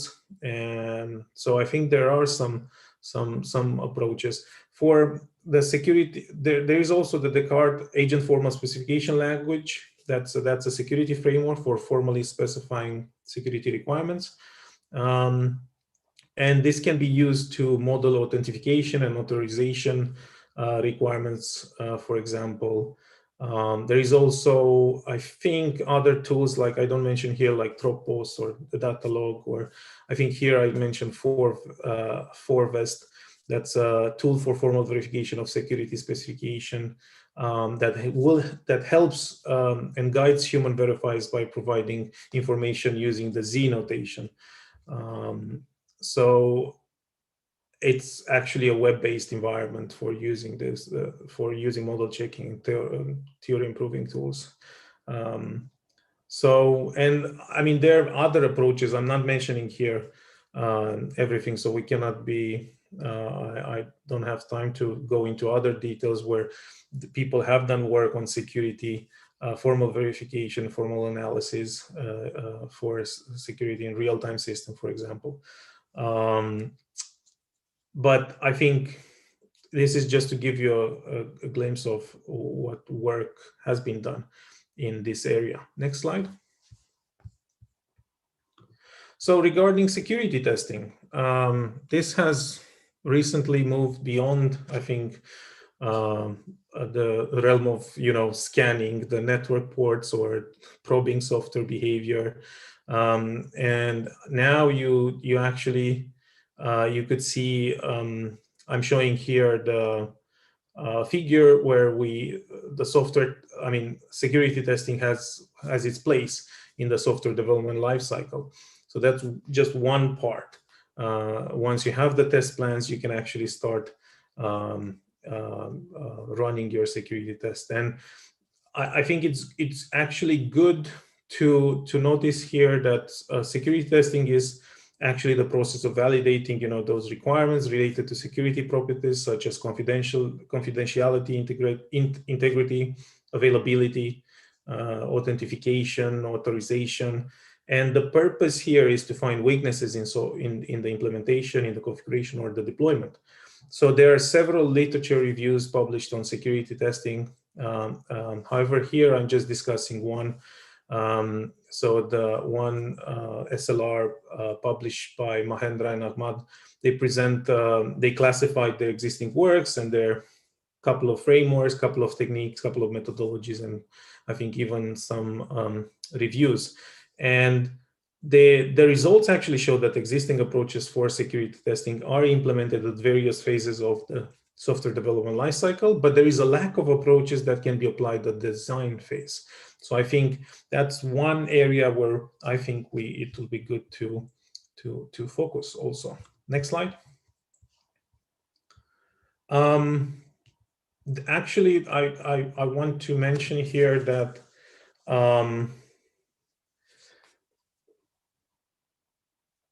there are actually, security testing must necessarily involve two diverse approaches. If you think about it, there is the security functional testing and security vulnerability or penetration testing. So on one side, you have testing of security mechanism that ensure actually that their functionality is properly implemented. And the second one, the vulnerability testing, is performing security testing motivated by understanding and simulating the attacker's approach. So there are two different categories, and most of the approaches will fit in one or the other. And another application of security testing actually is in the context of regression testing, which is interesting for our project. So actually, there is a study that looked at security regression testing approaches, and they actually found 17 approaches, and their classification is based on several criteria like abstraction, security issue, technique, tool support. And what's interesting is that they also identify potential directions for future research. because model-based techniques can be used to increase abstraction and scalability. And there is actually a need for tool support for automated test generation and execution of security tests. So I think that's an area of interest for us. Next slide.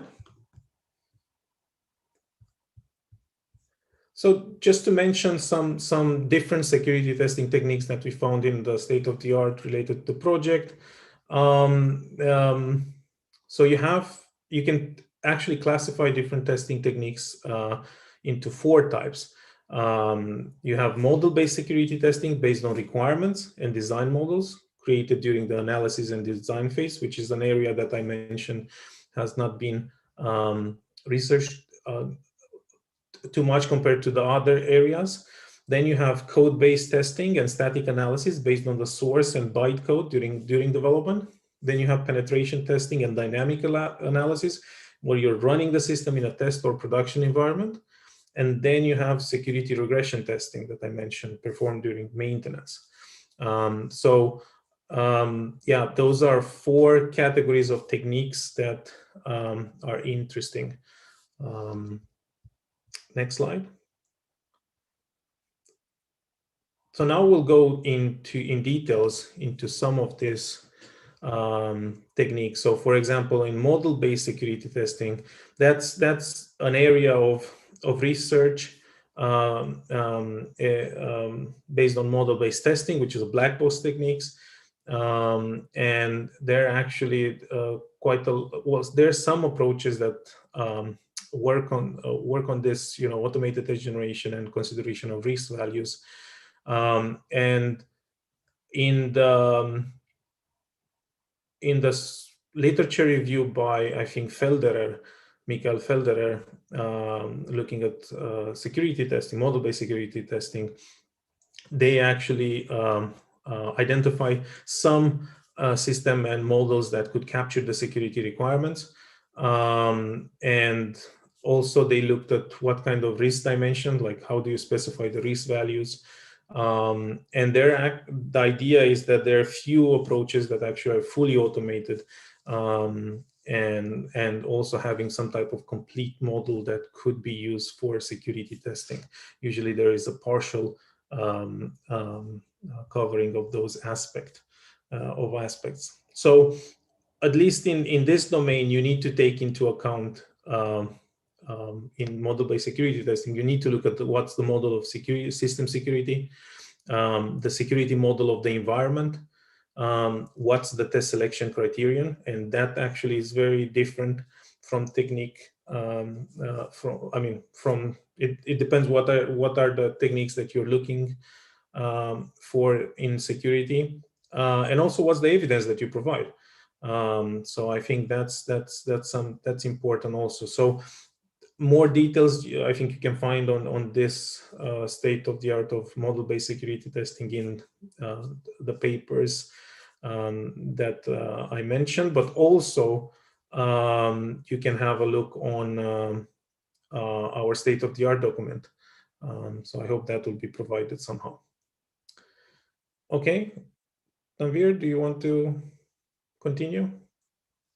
Yes, thank you, Edward.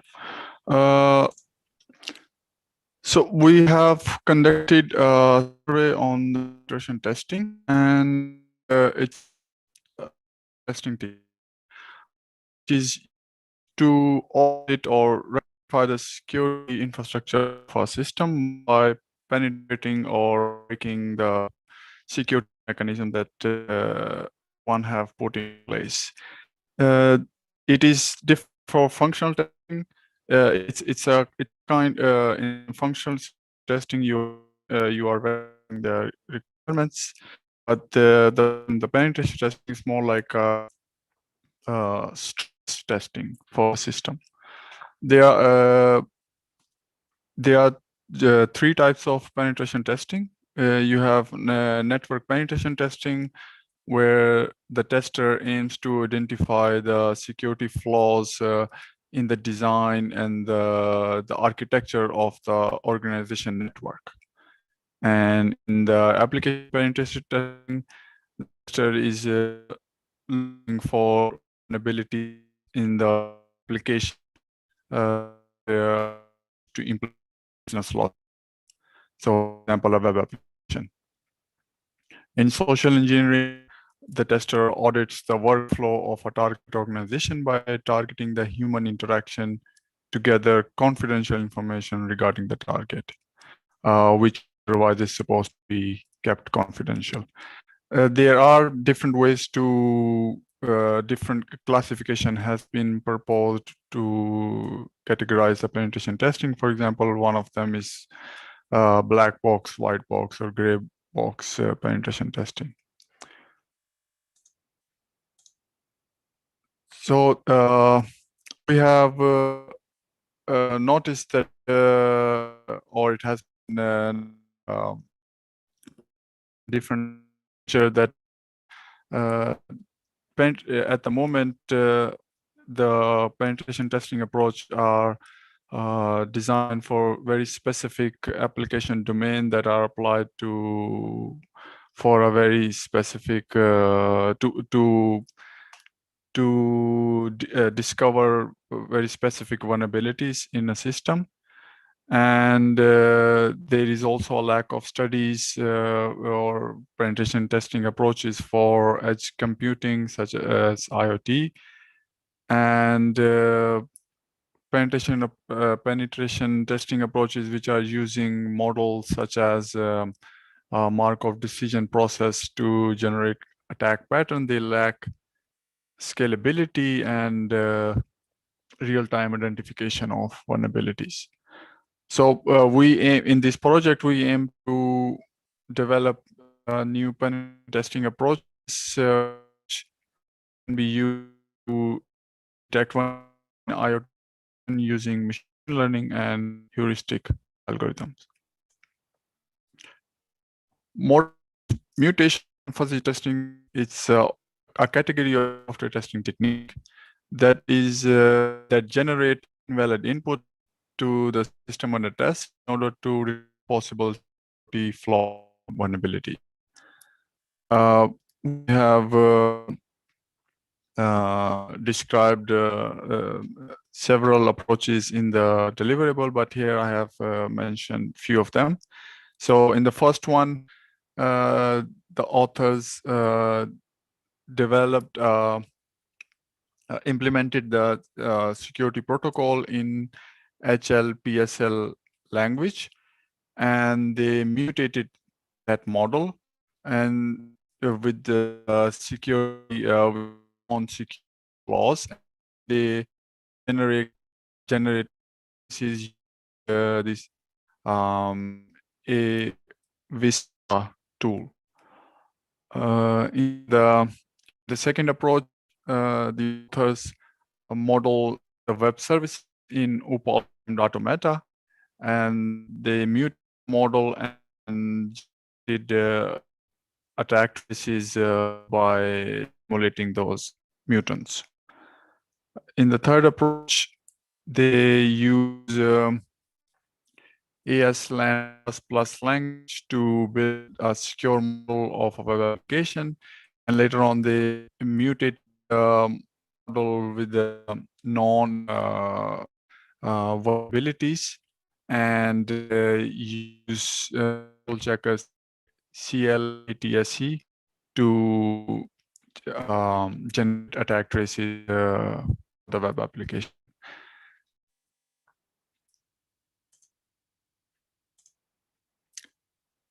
The other approach generate input data to identify security vulnerability. Fuzzy testing are main types of fuzzy testing. In fuzzing, this is the simplest one. In this one, we generate a random stream of input data and we send to the system on a test to reveal any hidden vulnerability or a bug in the system on test. In mutation-based, it's more sophisticated random. We have knowledge of format or the structure of the input, and we mutate that structure to generate data and send it to the system. In generation-based fuzzing, in this technique, we have a proper understanding of the model, the file format, the specification of the input data, and we use to generate more intelligent or more sophisticated stream of inputs to reveal any security flaws. Another technique is this hybrid fuzzing is also known as advanced fuzzing. In this, we combine different approaches with fuzzing. For example, there are approaches that have combined symbolic execution with fuzzing, and there are approaches that have combined learning with the fuzzing to or test system in a more sophisticated manner. We have that in the recent year, there are not approaches that are using model mutation, so there is a still gap. If we compare the number of approaches published for model-based mutation with the code-based mutation, and authors have reported that generating test cases in Oracle is still challenging when we are using mutation-based approaches. And most of the approaches proposed a very limited set of mutation operators to mutate the model. So we aim to develop new model-based mutation and fuzzy testing approaches where we defined more model-based mutation operator to more or of vulnerabilities in the system. And there are different approaches that also uses search-based techniques to find secure flaws in the system under test. There are different approaches. Here I have mentioned 3 of them. So for example, in BioFuzz, they use genetic algorithm to detect vulnerability related to SQL injection. So what they do, they search for the input whose characteristics are close to a triggering attack related to SQL injection. And in the second approach in SE, they are for injection vulnerabilities, but they use a different mechanism for they monitor which inputs to the system under test translate to which SQL statement that are sent to the database. So they are monitoring the communication between the application and the database, and they generate those inputs or search for those inputs that can generate SQL statement that are similar to the non-malicious SQL statement. In SQL injection, XML injection, they use genetic algorithm to generate XML messages that matches non-XML.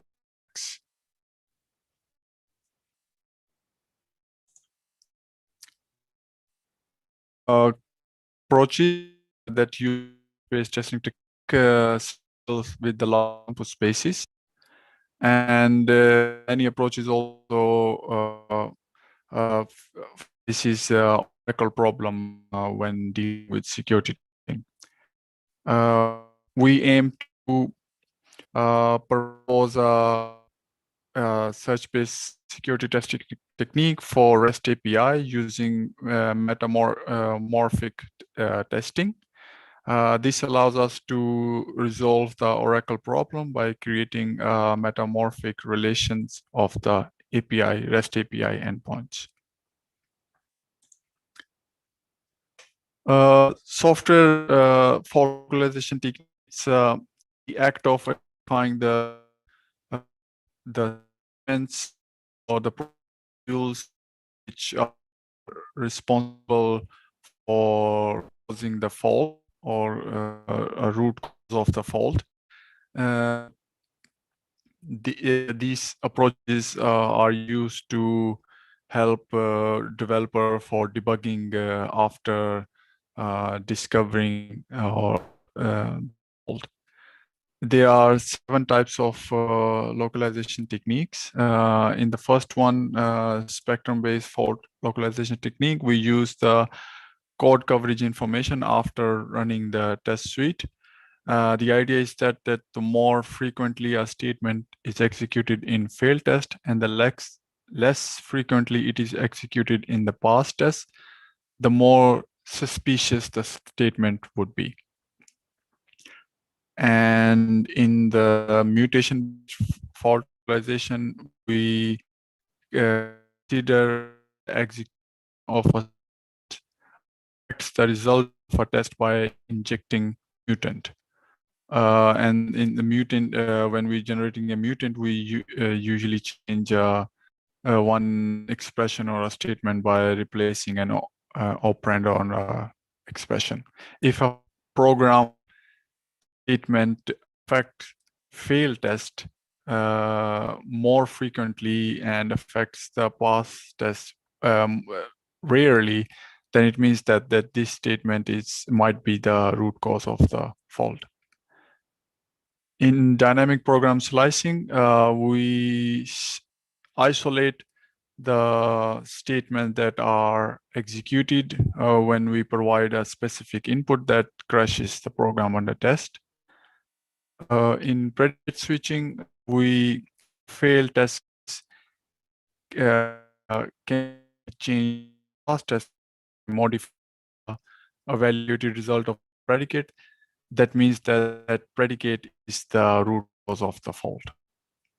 In information retrieval, we treat a bug report as a query, and we rank all the source code file by the relevance to the query.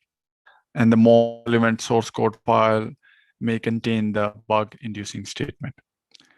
In history-based fault localization, we assume that the source code files which contain more bugs in the past are likely to have more bugs in the future. There are many fault localization techniques that have been published, but for security testing, there are many. For example, there is Lucon, which is using a graph-based localization technique, which identify concurrency related bugs. Then we have another approach which uses spectrum-based fault localization to identify those statements which induce cross-site scripting bug. Then we have this fault localization framework, which is based on a single path canonical execution. In this, we can generate numerous test cases based on execution path of one failed test case.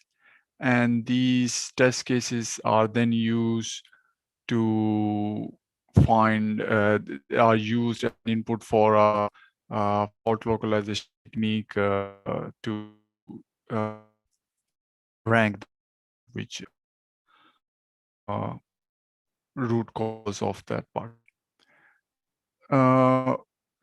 And in this project, we aim to develop a fault localization technique for our to supplement our model-based mutation testing approaches and penetration testing approaches. to help to speed up the debugging process. As Edward mentioned, the security testing needs to be integrated with your development in configuration. Microsoft has published their this secure development cycle. Basically, is we integrate different security methods and practices at each phase of software development to ensure that we are building a secure software product. Similarly, there is also devs organized software engineering practice, which aim to integrate software and operate. Objective is to build a secure software product by automating monitoring, applying security at all phases of the software lifecycle.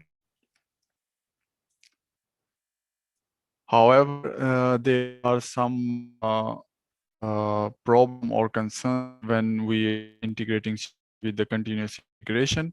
For example, a developer encounter new security concerns or when start working with the continuous integration pipeline, because the CI pipeline needs to have access to the entire source code of your project, and therefore the security and the access controls are very important.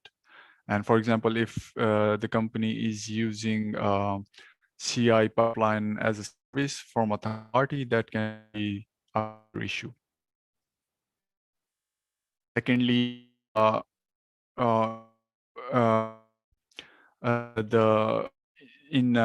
we are building a mission critical or defense related software product, there are the knowledge of secure software modules is only few individuals have access to certain modules of software, and if those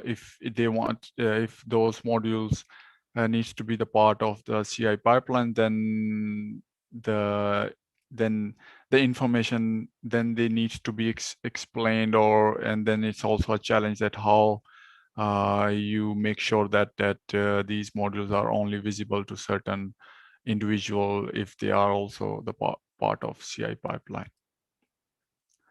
Another problem identified in the literature is that in this integration continuous pipeline, additional methods are not well suited for this integration. We in this project we plan to develop a organizational and process model blueprint, which would allow the practitioner to define, model, and execute and test security requirement, which is either very difficult or not entirely possible with the current processes. So overall, we have found there are many approaches are verifying security requirements, and there is a lack of software testing techniques for cloud or space computing, such as IoT. The scalability and the abstraction level of the current model-based testing techniques can also be improved. There is a lack of better tool support to generate and execute test cases. And the penetration testing approaches lack scalability and real-time identification of vulnerability.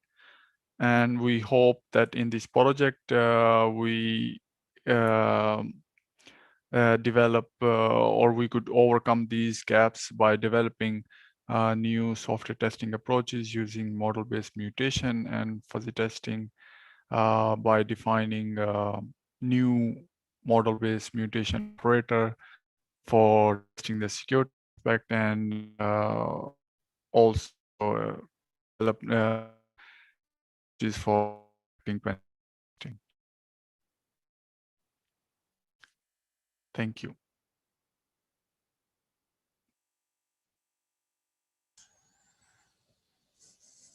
Any question?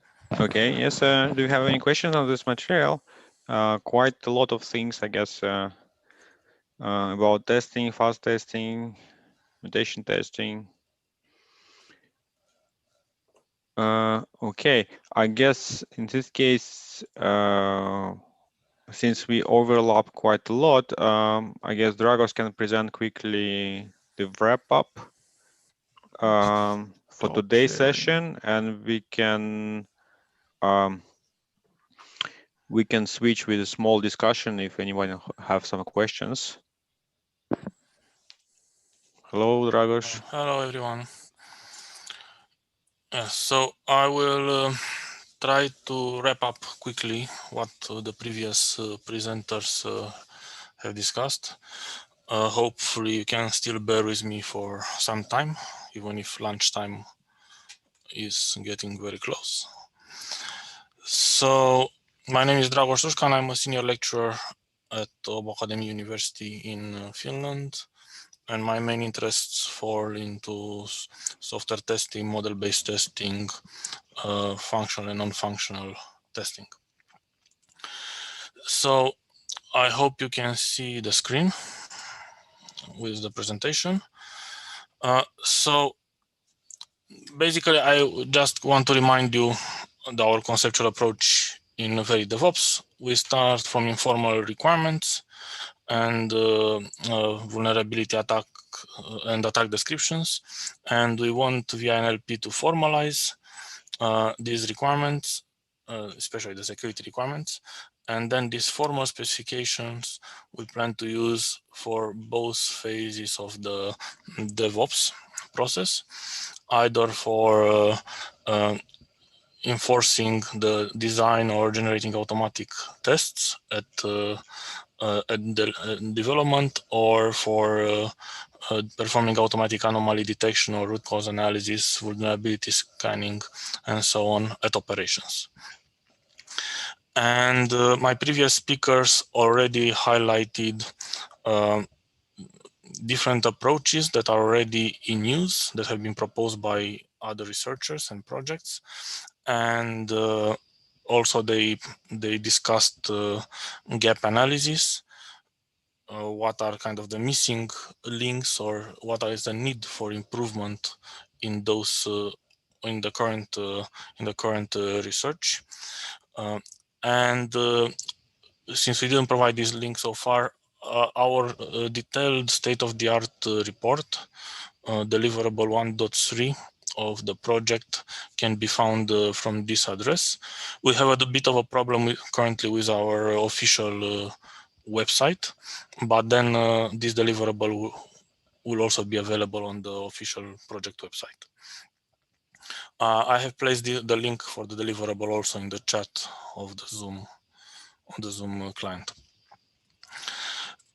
Yes, and also I would like to remind you, maybe from the objectives of the VeriDevOps project, that we plan to elaborate a methodology for maximizing automation at different level of DevOps, to provide a tool chain for automated generation of formal specifications from security requirements, to design and develop automated root cause analysis and countermeasure recommendations systems for operation level, operation phase, and to design and develop a tool chain for automated specification and verification of security requirements. And last but not least, to integrate everything into a tool chain, we call it a framework, with that can be applicable and usable in industrial settings. Therefore, kind of the main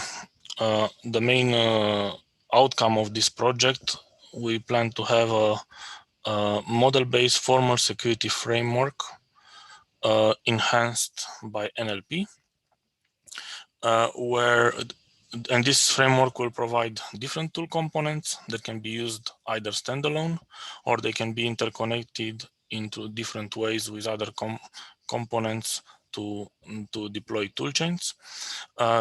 Different components will be provided by different partners, but the main focus based on the project focus will be at industrial control systems.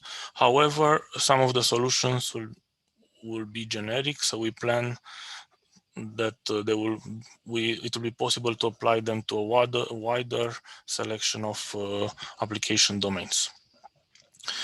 In the beginning and during this project, we'll evaluate our proposed solutions against the case study needs, industrial case study needs in the project. And then as soon as we have some evaluated solution, we will release it publicly. There will be several increments throughout the project, and the information will be distributed via public project deliverables. We'll organize different thematic workshops, and also will participate in different dissemination events, conferences, fairs, exhibitions. But briefly about the main features of our toolchain or of our framework. So at requirements formalization level, we plan to have an NLP-based toolkit developed mainly by Softeam, but in collaboration with the research partners in VeriDevOps, where the goal is to have a larger and cleaner data sets for security requirements, multi-class classification with BERT-like methods, mapping to attack patterns from different databases, and using attack patterns as reusable object-oriented partners, for instance, for testing. Then to enable prevention or proactive prevention and design, we have a handset of solutions. These are initial plans that these solutions will be evaluated, and first on the industrial case studies, and then we'll proceed in more detail with them depending on the initial results and their suitability.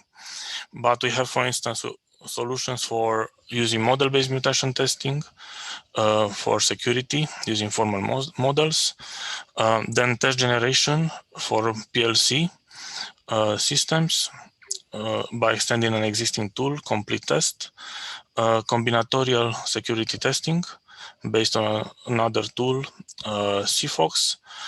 We are going also to investigate how to apply fuzzing in combination with metamorphic testing for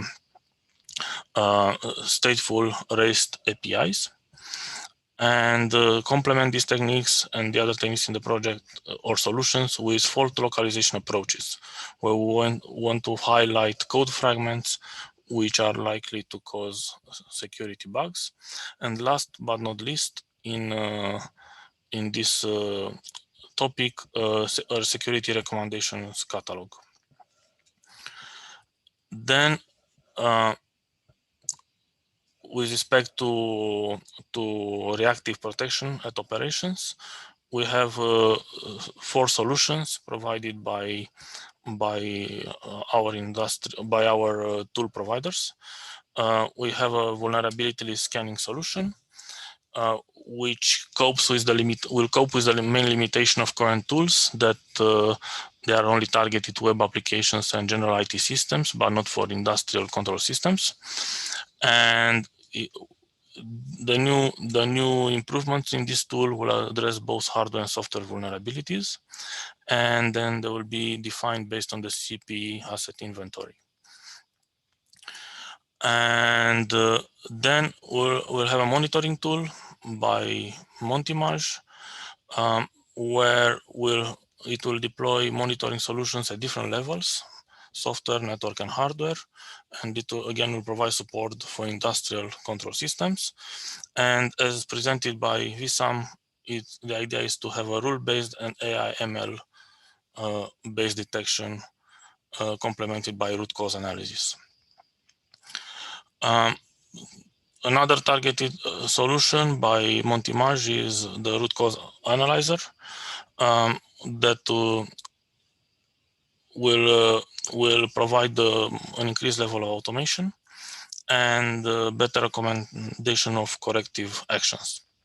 And last but not least, from Ikerlan, we plan to have a reaction remediation solution that will be based on a catalog for resilience that can increase the decision support for detecting incidents. So this covers briefly the wrap up for this today's session. If you have any questions at this moment.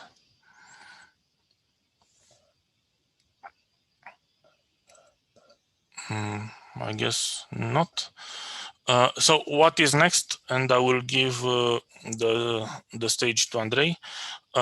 Is that we invite those interested to collaborate on the topics of our project to contact us, and we discuss possible way of exchanging information and establishing collaborations.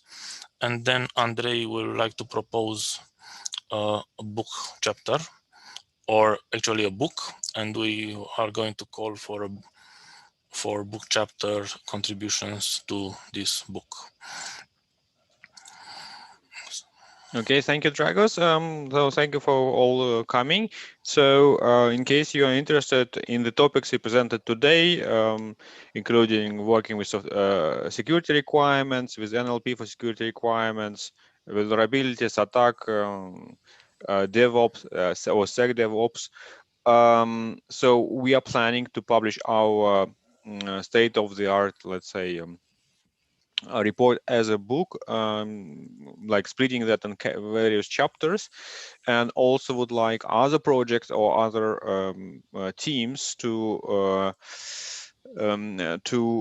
join, right? And so we will establish a call for contributions to this book. So we plan to publish it with Springer. The whole process takes about 1 year with them. So we will send out a call for contributions for chapters around June. Then if you're interested, we'll gladly accept some topics and abstracts around September. In November, we will ask for chapters. We'll have a couple of months for reviewing everything and like having some iterations. And then around February, we'll finish everything and we'll combine everything in a kind of coherent book. And knowing Springer, we could expect that by June 22, we will have our publication done. So I guess that's a nice opportunity to work together, to exchange ideas, and to report on innovation or any methods and tools that you currently involved in developing. And so would be nice that we can actually collaborate over that. We'll have also some other events based on like progress of our project, and we would like to keep you posted about that. With that, I guess it should I should end. So if you have any questions, please raise your hand or type something in the chat. And I mean, yeah, we'll be very happy to hear back from you, so that we can exchange a bit better. Okay. Yeah. So any questions? Andor, Christina, Damir, Eugene, Gadha, Haris, Massimiliano, sorry, Zainab. Any questions?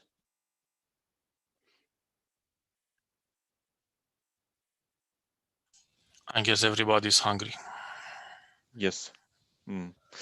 Okay, so then I thank very much you for coming, I thank very much presenters for the material and the lectures. So all the recordings will be available on YouTube, and we hope to hear from you back very soon. Thank you very much for coming, and have a great day. Thank you. The same. Thank you. Thank you to all. Thank you. Thank you. Bye bye. Bye bye. Bye. Bye. Bye. Bye.